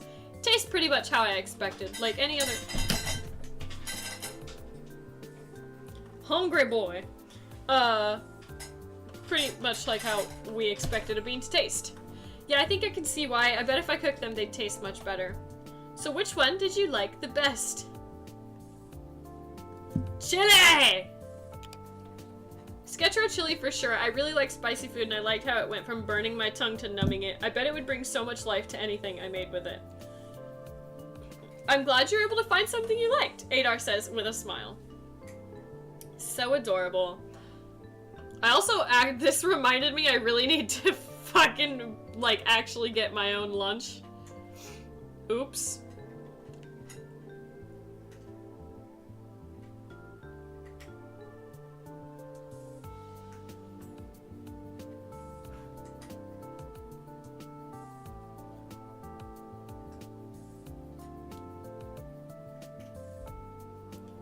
I already know what I want for lunch, though, so it's not a biggie. Okay. Woo! Oh, my sister said something again?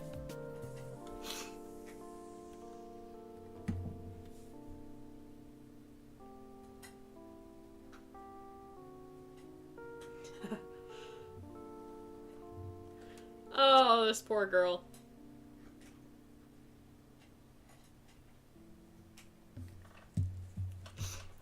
I think I want to try something. It's about lunchtime. Have you eaten yet, Adar? No, but I'm fine. You don't need to worry about me. I'm not really hungry right now. Adar quickly rises from his seat at the counter. He turns to start leave, but as if betraying him, Adar's stomach growls loudly. His face darkens in embarrassment. Well, that settles it. I'm making us lunch. It's the least I can do after you brought me all this stuff. Sit back down and relax. I tell him, and he sheepishly turns to his spot and sits down. Thank you, Cottage. Sorry for the trouble. Of course, it's no trouble at all. Let's see. Lunch, what to make. I think soup sounds nice and easy.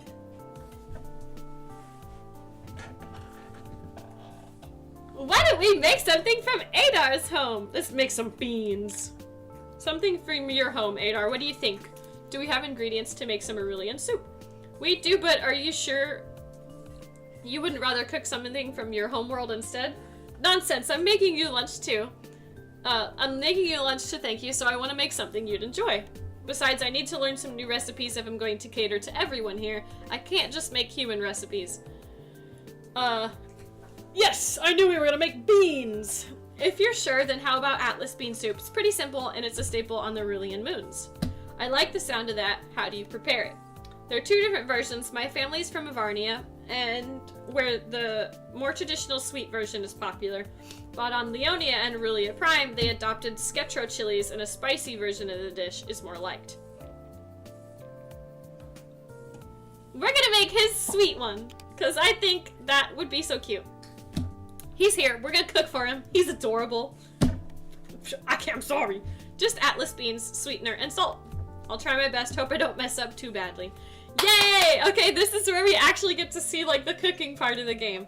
I'm sweating again, so we're gonna do this. It's time to cook for your customer. Start by choosing the appropriate cooking method for what you want. For example, if you want to make soup, select the pot. Once you have selected your cooking method, you can select 2 or more produce and or pantry ingredients to cook, experiment to discover new recipes, and when you're satisfied, serve the dish to the customer. Okay! Pot. Atlas beans.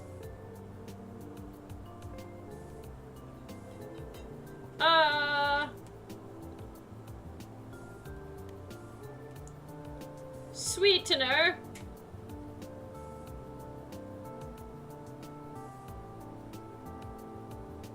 Did he say salt? I don't remember what he said.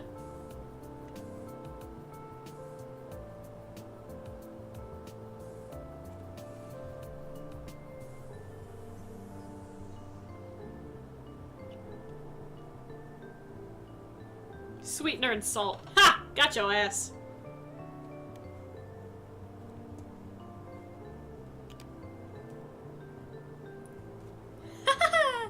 That is why we always leave the stream going as well to my right so I can go back and look at shit. Because I have the memory of a goldfish. Serve. You made sweet Atlas bean soup, a comforting, slightly sweet and hearty Aurelian peasant dish. That's fucking cute. Serve. Okay, I think that'll do it. I say, looking over my shoulder from my station. All the while that I've been cooking, Adar has been watching me. One elbow propped on the counter and his hands. He's been watching us like this. Ah! So cute. Of course, every time I looked over at him, he made a point to look literally anywhere else. Eventually, I just decided to pretend I didn't notice and focus on cooking.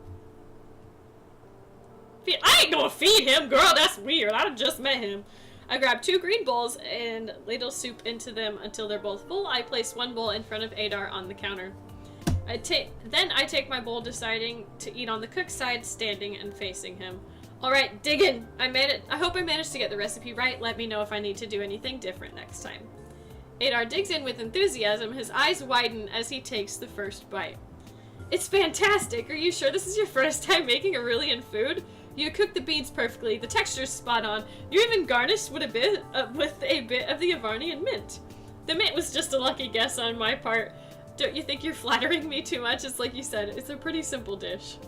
I ask with a laugh, but I managed to succeed in making an Aurelian dish. Let's go, ladies and gentlemen. Yes. I don't think so. If anything, I don't think I can praise you enough. Adar sighs. Eating this makes me feel like I'm back home. That's so cute. I'm glad I made this one. Well then, I'm glad. This is seriously delicious. Have you always been a chef? I've never worked as one professionally, if that's what you're asking, but I've always liked cooking. It always made me happy to see my family and friends enjoy the meals I made them. And seeing you enjoy this meal right now, I feel like I've made the right choice coming here. To win. Are you done eating? You're just gonna sulk around like a weirdo behind my desk? You know, your aunt told me once that she saw it as an honor to get to cook for people. That it made her glad to know that no matter how bad of a day someone was having, they could come into the Milky Way diner, they'd at least leave with a full belly and a better mood. I feel a similar way about the work I do on the ag deck. I noticed you get pretty passionate when you talk about plants and stuff. I've always loved growing things. It's kind of like that happiness you said when you see people enjoy the food you cook for them. It makes me happy knowing the plants I take care of will go on to feed my community. There's so much warmth in his coral eyes I can tell Adar means every single word. And I can 110% tell why this is like the consensus like top favorite character so far. He's so adorable. And the little crop top under his overalls, I'm done. And the biceps, count me out.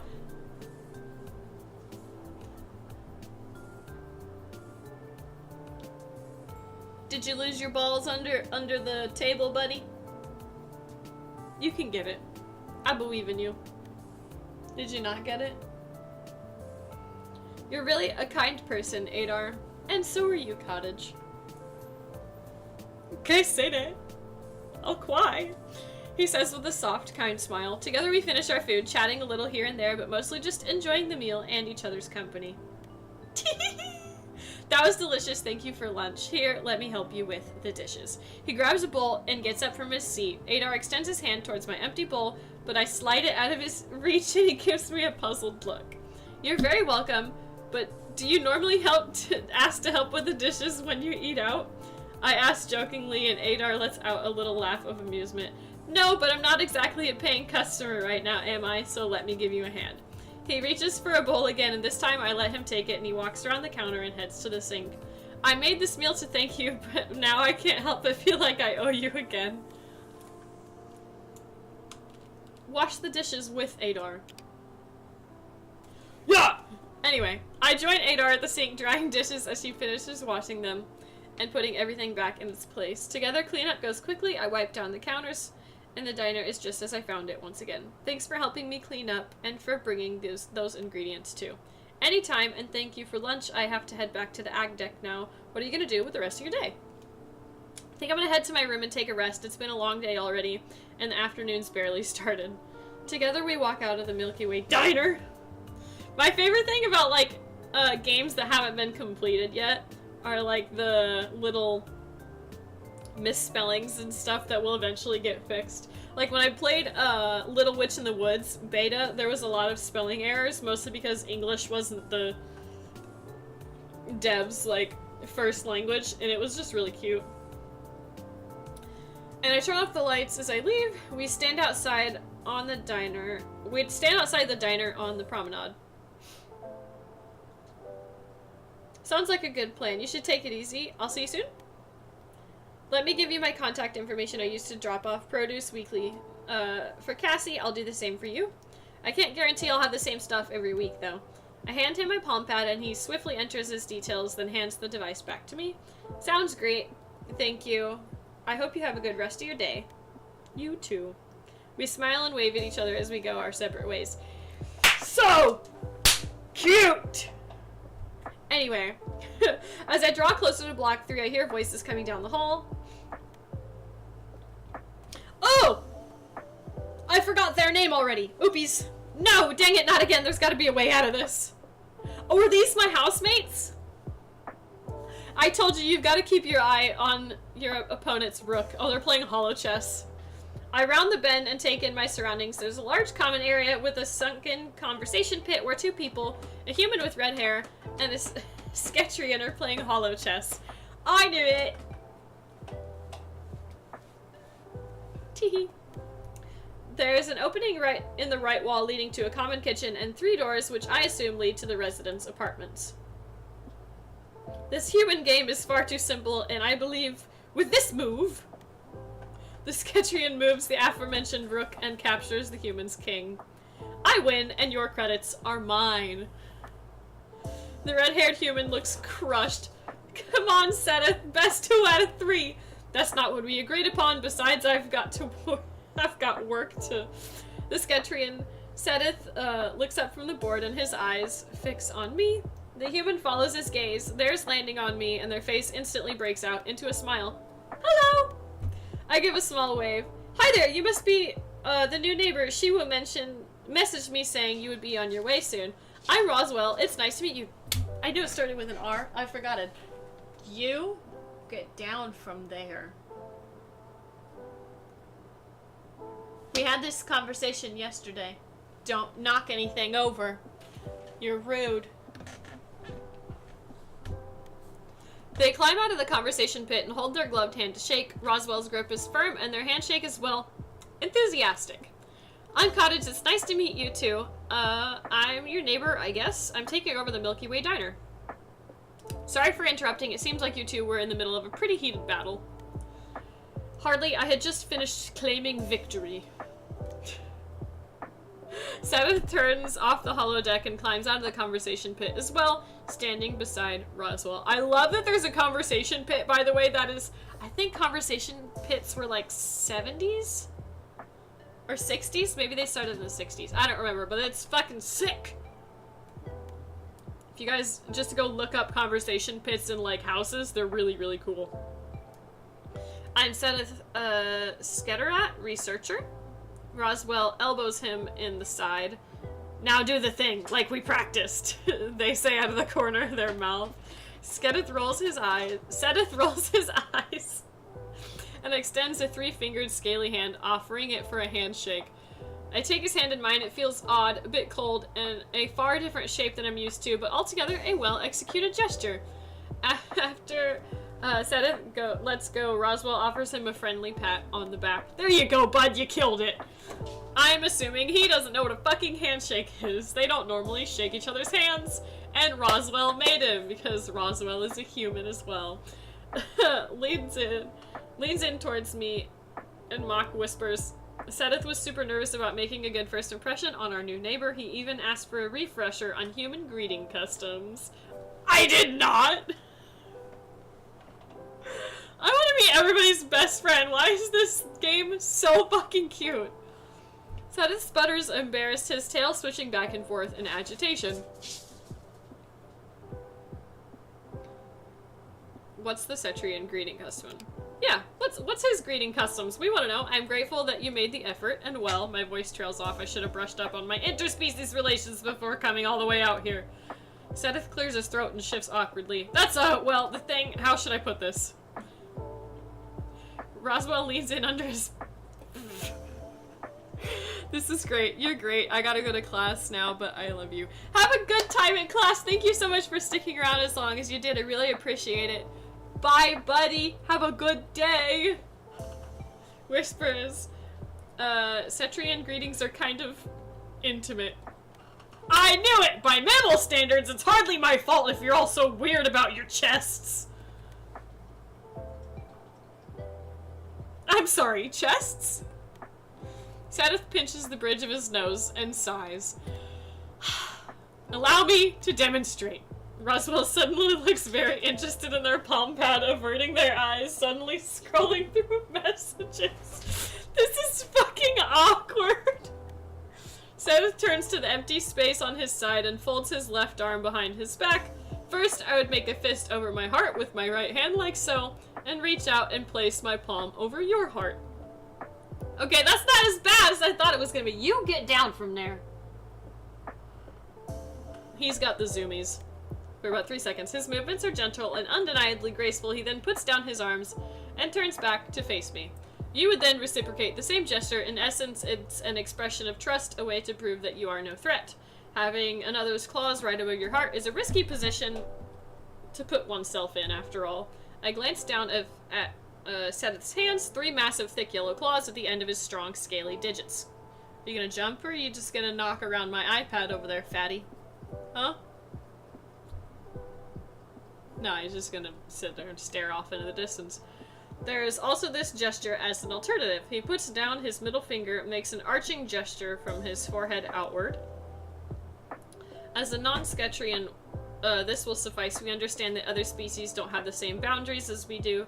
Though if I were to introduce myself to another member of my own species, this way would come off as cold at best and hostile at worst.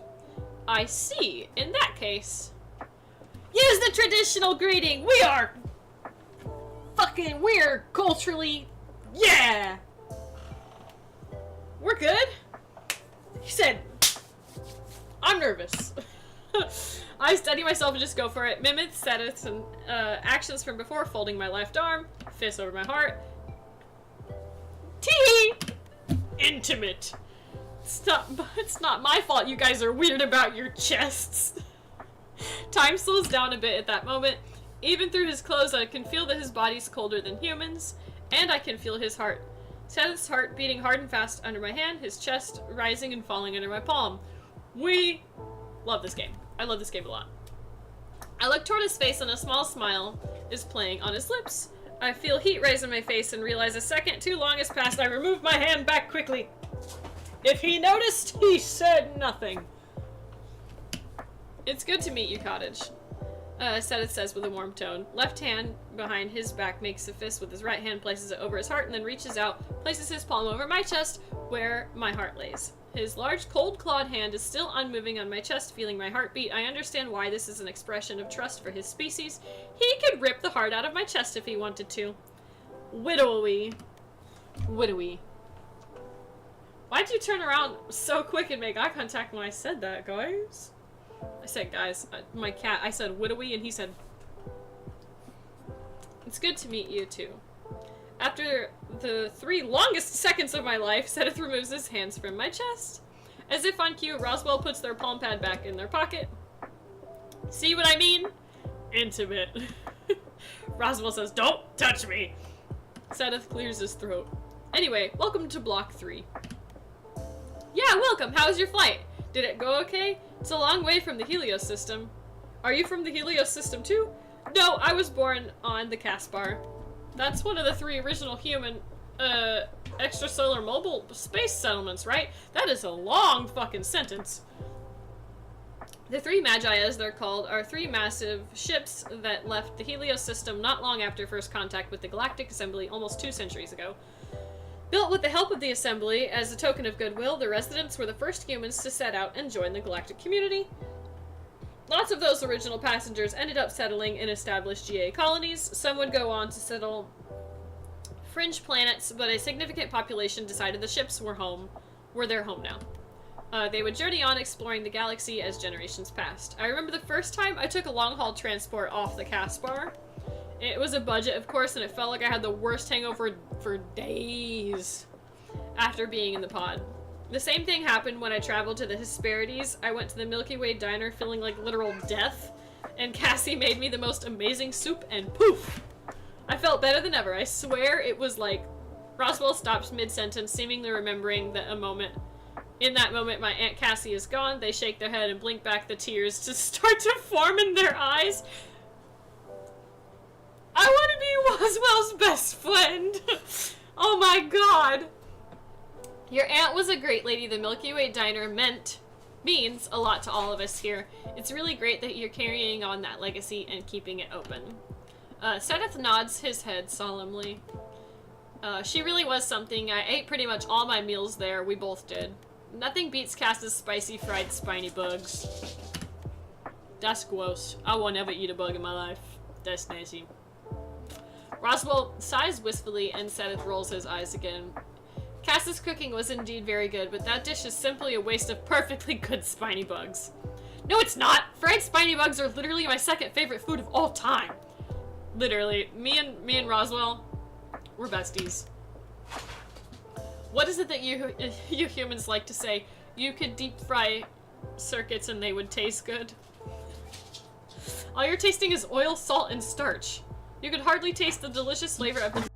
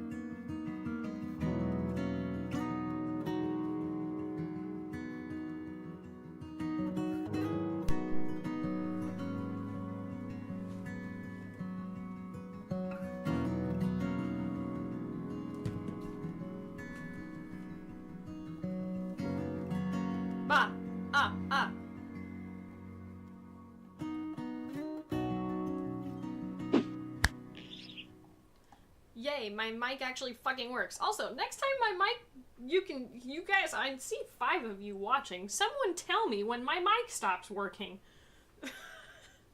I don't fucking know what happened, but my mic stopped working and I don't know when because nobody told me. So that's gonna be really fun to edit later.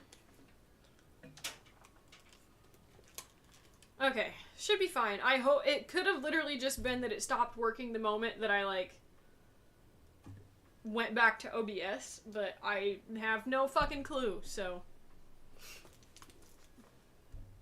we'll figure it out. But I have pizza.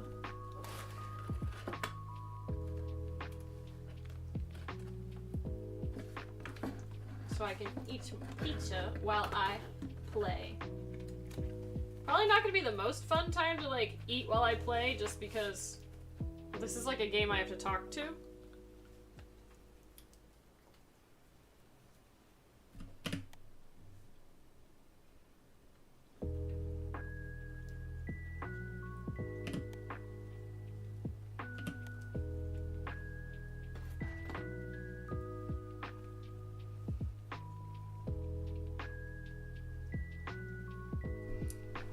I look over at one of the small drink menus on the bar. As expected, none of the cocktails are anything I'm familiar with. Okay, that's hot. That was a little hot. The person sitting behind the bar, a Ketri with long hair wearing incredibly fine clothes, walks over to where I sit. He places a glass of water in front of me on a purple cloth napkin and gives me an easy smile. Welcome to Wayfarer's Rest, dear guest. I'm Leroux. Is there anything I can get started for you, or would you like a bit more time with the menu? I look over the unfamiliar list of drinks with alien ingredients, recognize a few of them now thanks to Adar, but it's not enough to really know what I want. What would you recommend? Depends on what you like. I'm sure I can make you anything that will be to your taste. In that case, something sweet. We're a little sweetie. I'd like something sweet. Then I have just the thing. He is so cute. What the hell? Leroux busies himself taking bottles of liquor off the shelf behind him and mixing the ingredients together with practiced efficiency. Once he's finished, he places the glass before me, filled with a deep purple liquid. There are 2 small blossoms floating on top, along with what I guess are 3 skewered keshri berries. Here you go. This is called Sumokta. It means spring twilight. It's a classic keshri drink. Take a sip and the drink tastes sweet as candy. There's an unmistakable flavor of keshri berries with a floral note and a wine-like tannic taste at the end. It's delicious! What's in it? A bit of keshri set, some takbo, and little keshri blossom syrup. So what brings you to the Hesperides, dear guest? Or would you honor me by sharing your name? Leroux asks, his voice smooth as velvet. I'm Cottage. I just moved here today to take over management of the Milky Way diner. Leroux's eyes narrow slightly at my response. Ah, so that's why you asked. He says, still smiling, but there's a coldness to his tone that wasn't there before. You're here to steal my recipes, scope about the competition? Maybe you're looking to add a cocktail menu to the Milky Way diner? Kale told me about the new chef when she dropped off my delivery today. He makes a point of looking me up and down, sizing me up with his cat-like gaze. She said you were cute for a human, but I don't know if I quite see it or not. He leans casually on the counter behind him, arms folded and his eyes locked on mine. Are we really competition? Or maybe, and this is crazy, I'm just here to enjoy a drink while I wait for my friends. Besides, are we really in competition? I ask matter-of-factly and unamused. You run a bar, and I run a diner. Those are pretty different niches. You don't have anything to worry about. Were you and my aunt competitors or something? Is that why you suddenly got all cagey the second you learned who I am? I ask, taking another sip of my drink, which is annoyingly good. We were friendly rivals, he says with a grin as he busies himself cleaning glassware. I guess there'd be a bit of competition for customers who are just passing through. I think the station is big enough for both of us. I really do think the station's big enough for the both of us. There's no reason we can't get along. Do you not see me as competition? I'm hurt. Do you want me to see you with competition? LaRoe shrugs. This guy sure is an interesting character. Friendly rivals, then? I ask, raising my glass. Friendly rivals. LaRoe says as he sets out prepping what looks to be garnishes for cocktails. As I continue to sip my drink, my eyes wander to the shelves of unfamiliar bottles. So what's in all the different bottles? I ask, pointing to the shelves behind LaRoe. It's not all alcohol, right? Not at all, LaRoe answers. Aurelians can't consume alcohol, nor can the Naru, but they have their own beverages that produce altered states. There's Dreamflower Nectar from the Aurelian system. LaRoe turns around and pulls down a bottle filled with thick, golden yellow substance, placing it on the counter for me to examine.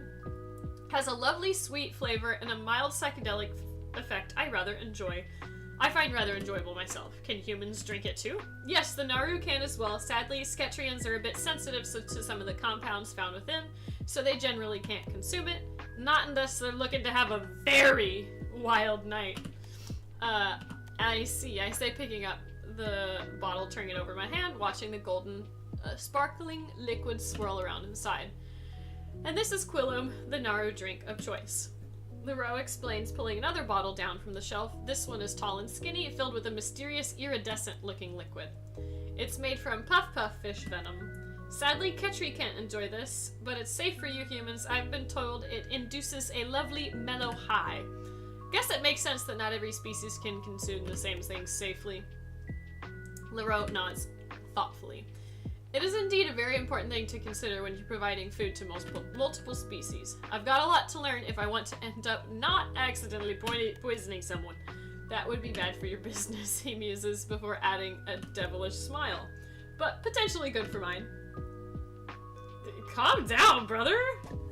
I hear the bar door behind me chime and a familiar, friendly voice calls out. Hey, Cottage, you made it! I love that, like, everybody's thing is, like, color-coded to them. I turn around to see Roswell with Vega in tow. I hope you don't mind that I invited Vega along. She mentioned you guys had met. Vega gives me a friendly little wave. Not at all, it's good to see you again. Roswell looks behind me and waves at the bartender. Hey, LaRoe. Welcome, dear guests. Please take a seat wherever you like. He's so funny and stiff. Roswell and Vega walk over and join me at the bar. LaRoe, can I get a bottle of Keshuk, please? Whew! LaRoe nods, pleasantly taking a purple glass out from under the counter and popping off the cap before handing it to Roswell. What's that? Is it any good? It's kind of like a beer, so I like it. They take a drink from the bottle. I've been looking forward to this all day. I wish to try it, Roswell. Can I try a sip? Uh-oh. Isn't that like an indirect kiss? Why you gotta think too hard about it, brother? I can't help but laugh. Aren't you a bit old to think that way? It's okay if you don't want to share, I don't mind. No, it's cool! Here! Roswell hands me the bottle of Keshuk, blushing slightly and avoiding my eyes. I thank them and take a sip. It tastes a bit more dry citrusy. A bit more like a dry citrusy cider than a beer. I am beginning to lose all literacy. It's good, thank you for letting me try, I say, smiling at Roswell as I hand them back the bottle. They immediately proceed to down half the contents in one chug. This kid's hilarious. Oh, I'll have one of those as well, please. LaRoe raises an eyebrow at Vega. I'm sorry, miss, but I'm afraid I can't serve you Keshuk. It's alcoholic. Alright, whoops, silly me. Vega laughs awkwardly. It's her first time out of her home system, too. I explained to LaRoe. How about a Dreamflower Rush Fizz instead? He asks, turning to Vega. Sure, that works too. LaRoe turns around and busies himself while with preparing Vega's drink. I am loving this game so much, but I have a feeling it's almost over and I'm gonna be really sad because it's just a demo. So what's the status of your ship? I turn to Vega and ask. Respectfully, it's not a ship, it's a fossil. Hey! No offense. Roswell raises their hands. It's an Aurelian Wraithar. That class of ship hasn't been in production for like 75 years. I'm impressed that it's even still operational. This game's dialogue feels like we're back in high school. I completely agree, but I'm living for this shit. It's so funny. Like, the banter's hilarious to me. Especially with Roswell. Roswell definitely gives off the, like... Roswell and Vega are, like, a little bit younger. They're funny. They're so funny. I'm impressed that it's still even operational. I doubt it would even pick up on most modern scanners. Vega's lucky the sensors we have on the station are also fossils. The rescue team might not have reached her in time otherwise. I told Vega that I could fix it, but it's gonna take me a while to find the compatible parts I'm missing. I said she's better off just cutting her losses and flying commercial, but I said I'd rather just wait. Vega says cutting Roswell off. It's not like I'm in a hurry, besides this station seems nice. Yeah! Here's your Reshet Fizz, Miss Vega. Leroux says, placing the drink and a napkin in front of Vega with a smile. Thank you, Leroux, right? Correct. A pleasure. The door chime goes off again. Over here, Adar! Sedith! We get to see Adar! Let's go! Roswell calls, waving both over to the bar. They turn to me apologetically.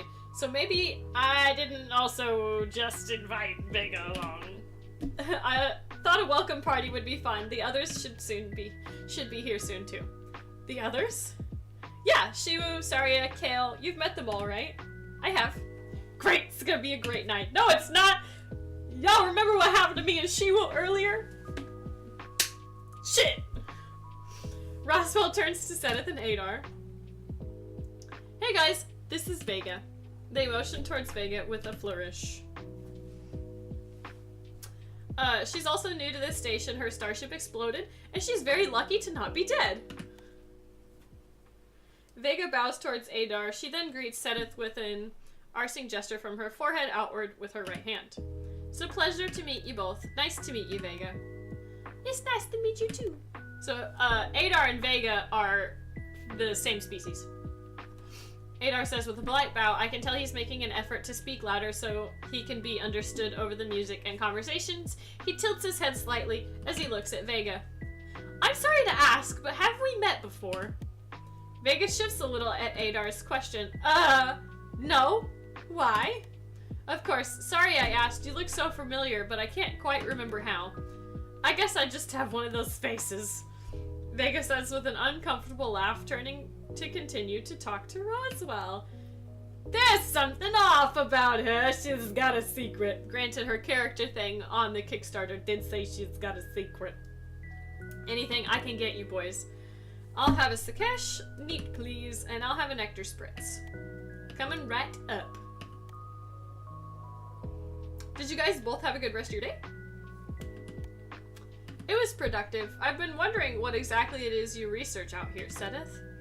I'm a deep space biophysicist. My area of study involves a particular near-microscopic species that lives in the vacuum of space called tarsecs. They're particularly drawn to areas where the fabric of space and time is a bit looser, so the nexus point of 4 stable wormholes is an ideal place to collect samples and study them. But how does the species even survive in the vacuum of space? The answer to that question is a bit too complicated for this setting, but perhaps you could come by my lab someday, and I could explain my research a bit more thoroughly then. That would be really cool. I would be happy to take you up on that. I turn to Adar. Did you have a good day too? We transferred some strawberry seedlings to the grow towers. You got strawberries! In about 2 weeks, I'll include them in your produce delivery once they're ready. Making sure my mic actually is still fucking working. In about 2 weeks, blah blah blah. I said that already. I'm looking forward to it. I do be loving me some strawberries. I'd love some as well. Leroux says, handing Adar and Sedith their drinks. I have a great idea for a new cocktail. Alright, let's get this party started! It's Kale. Calls a familiar voice from the entrance of the bar. I look over to see Kale stride into the Wayfarer's Rest. Leroux! Foreign words! They're so cute. I love how many piercings Kale has. LaRoe responds in Ketri and pours Kale a shot of clear alcohol. She takes the shot from LaRoe, slams it back in one swift motion. Woo! Now that's what I'm talking about. I love the energy. She exclaims, then turns to Roswell. Hey, Sparky! They share a high five that becomes a surprisingly elaborate secret handshake. I love this game, what the fuck? She then turns to Adar, giving him a friendly pat on the back. Sprout. She gives them all little nicknames. My man. How are the seeds I brought you back last time doing? They're doing great. They just started germinating. Love to hear it. Sedith, always fun to see you out of your science cave. The word you're looking for is laboratory. Yeah, but science cave is just more fun to say. And you, Kale turns to me with a bright smile. How was your day, Agent? Oh, that's my nickname. That's sick. I hear Sedith mutter. You really couldn't wait till Cottage got settled before trying to charm her, huh? Kale shoots him an icy glare before turning back to me.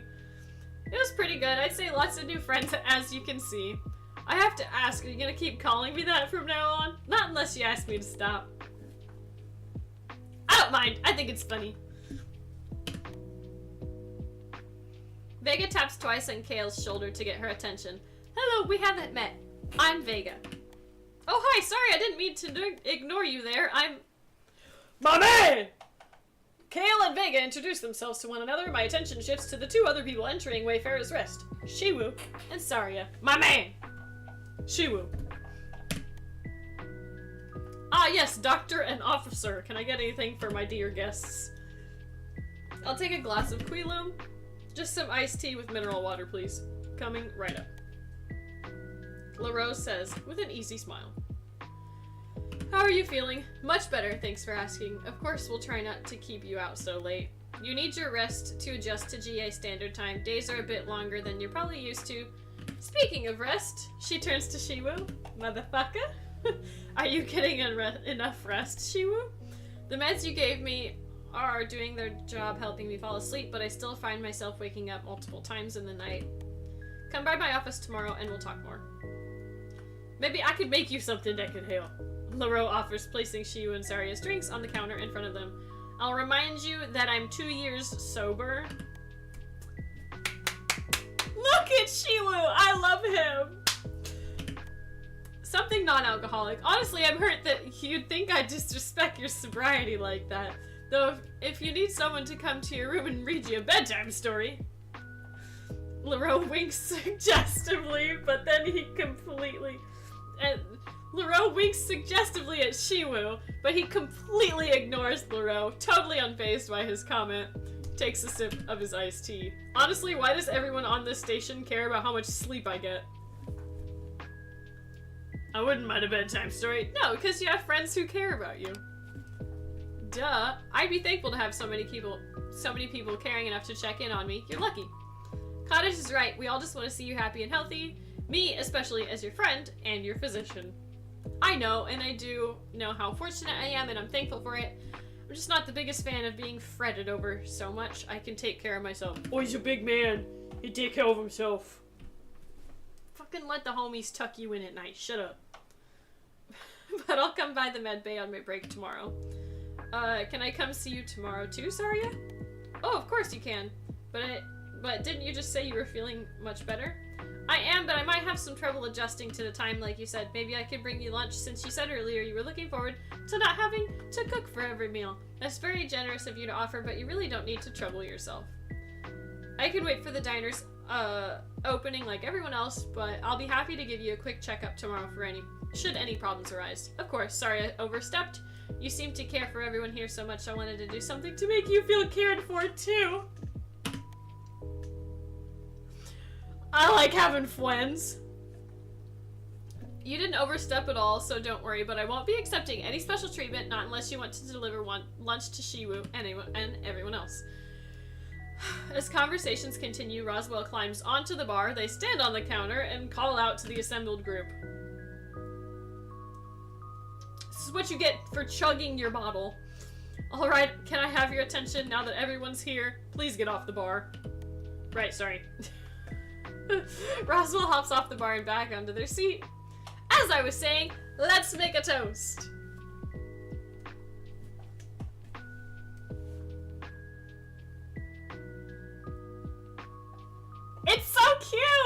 I know my chat is like in Roswell's face and kind of like all over Kale, but this is so adorable.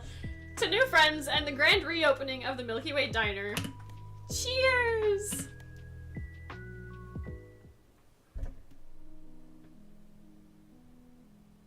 That's literally it, you guys. I'm so sad.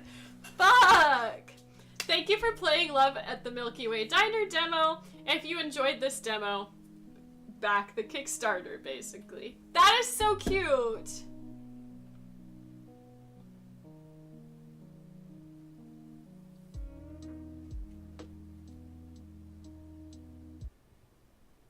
Adorable, you guys.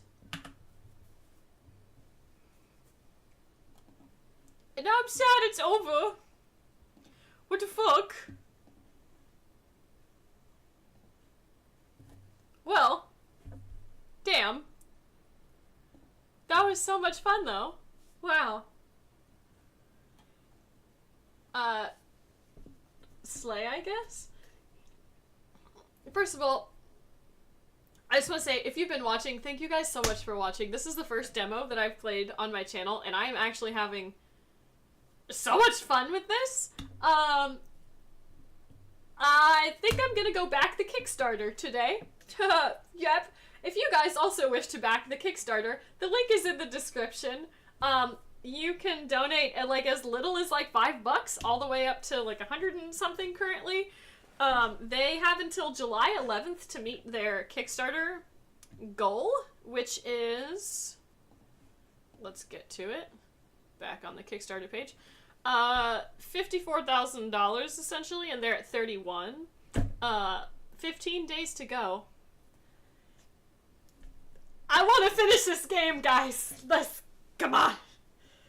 Let's go. Okay, anyway, thank you guys so much for watching. I really, really appreciate it. I hope to see you guys tomorrow for the next stream.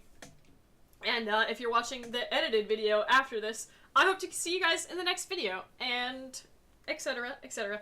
Thank you for watching. Don't forget to drink a bunch of water, 3 meals a day, at least 8 hours of sleep, and love yourself or else. And I will see you guys tomorrow.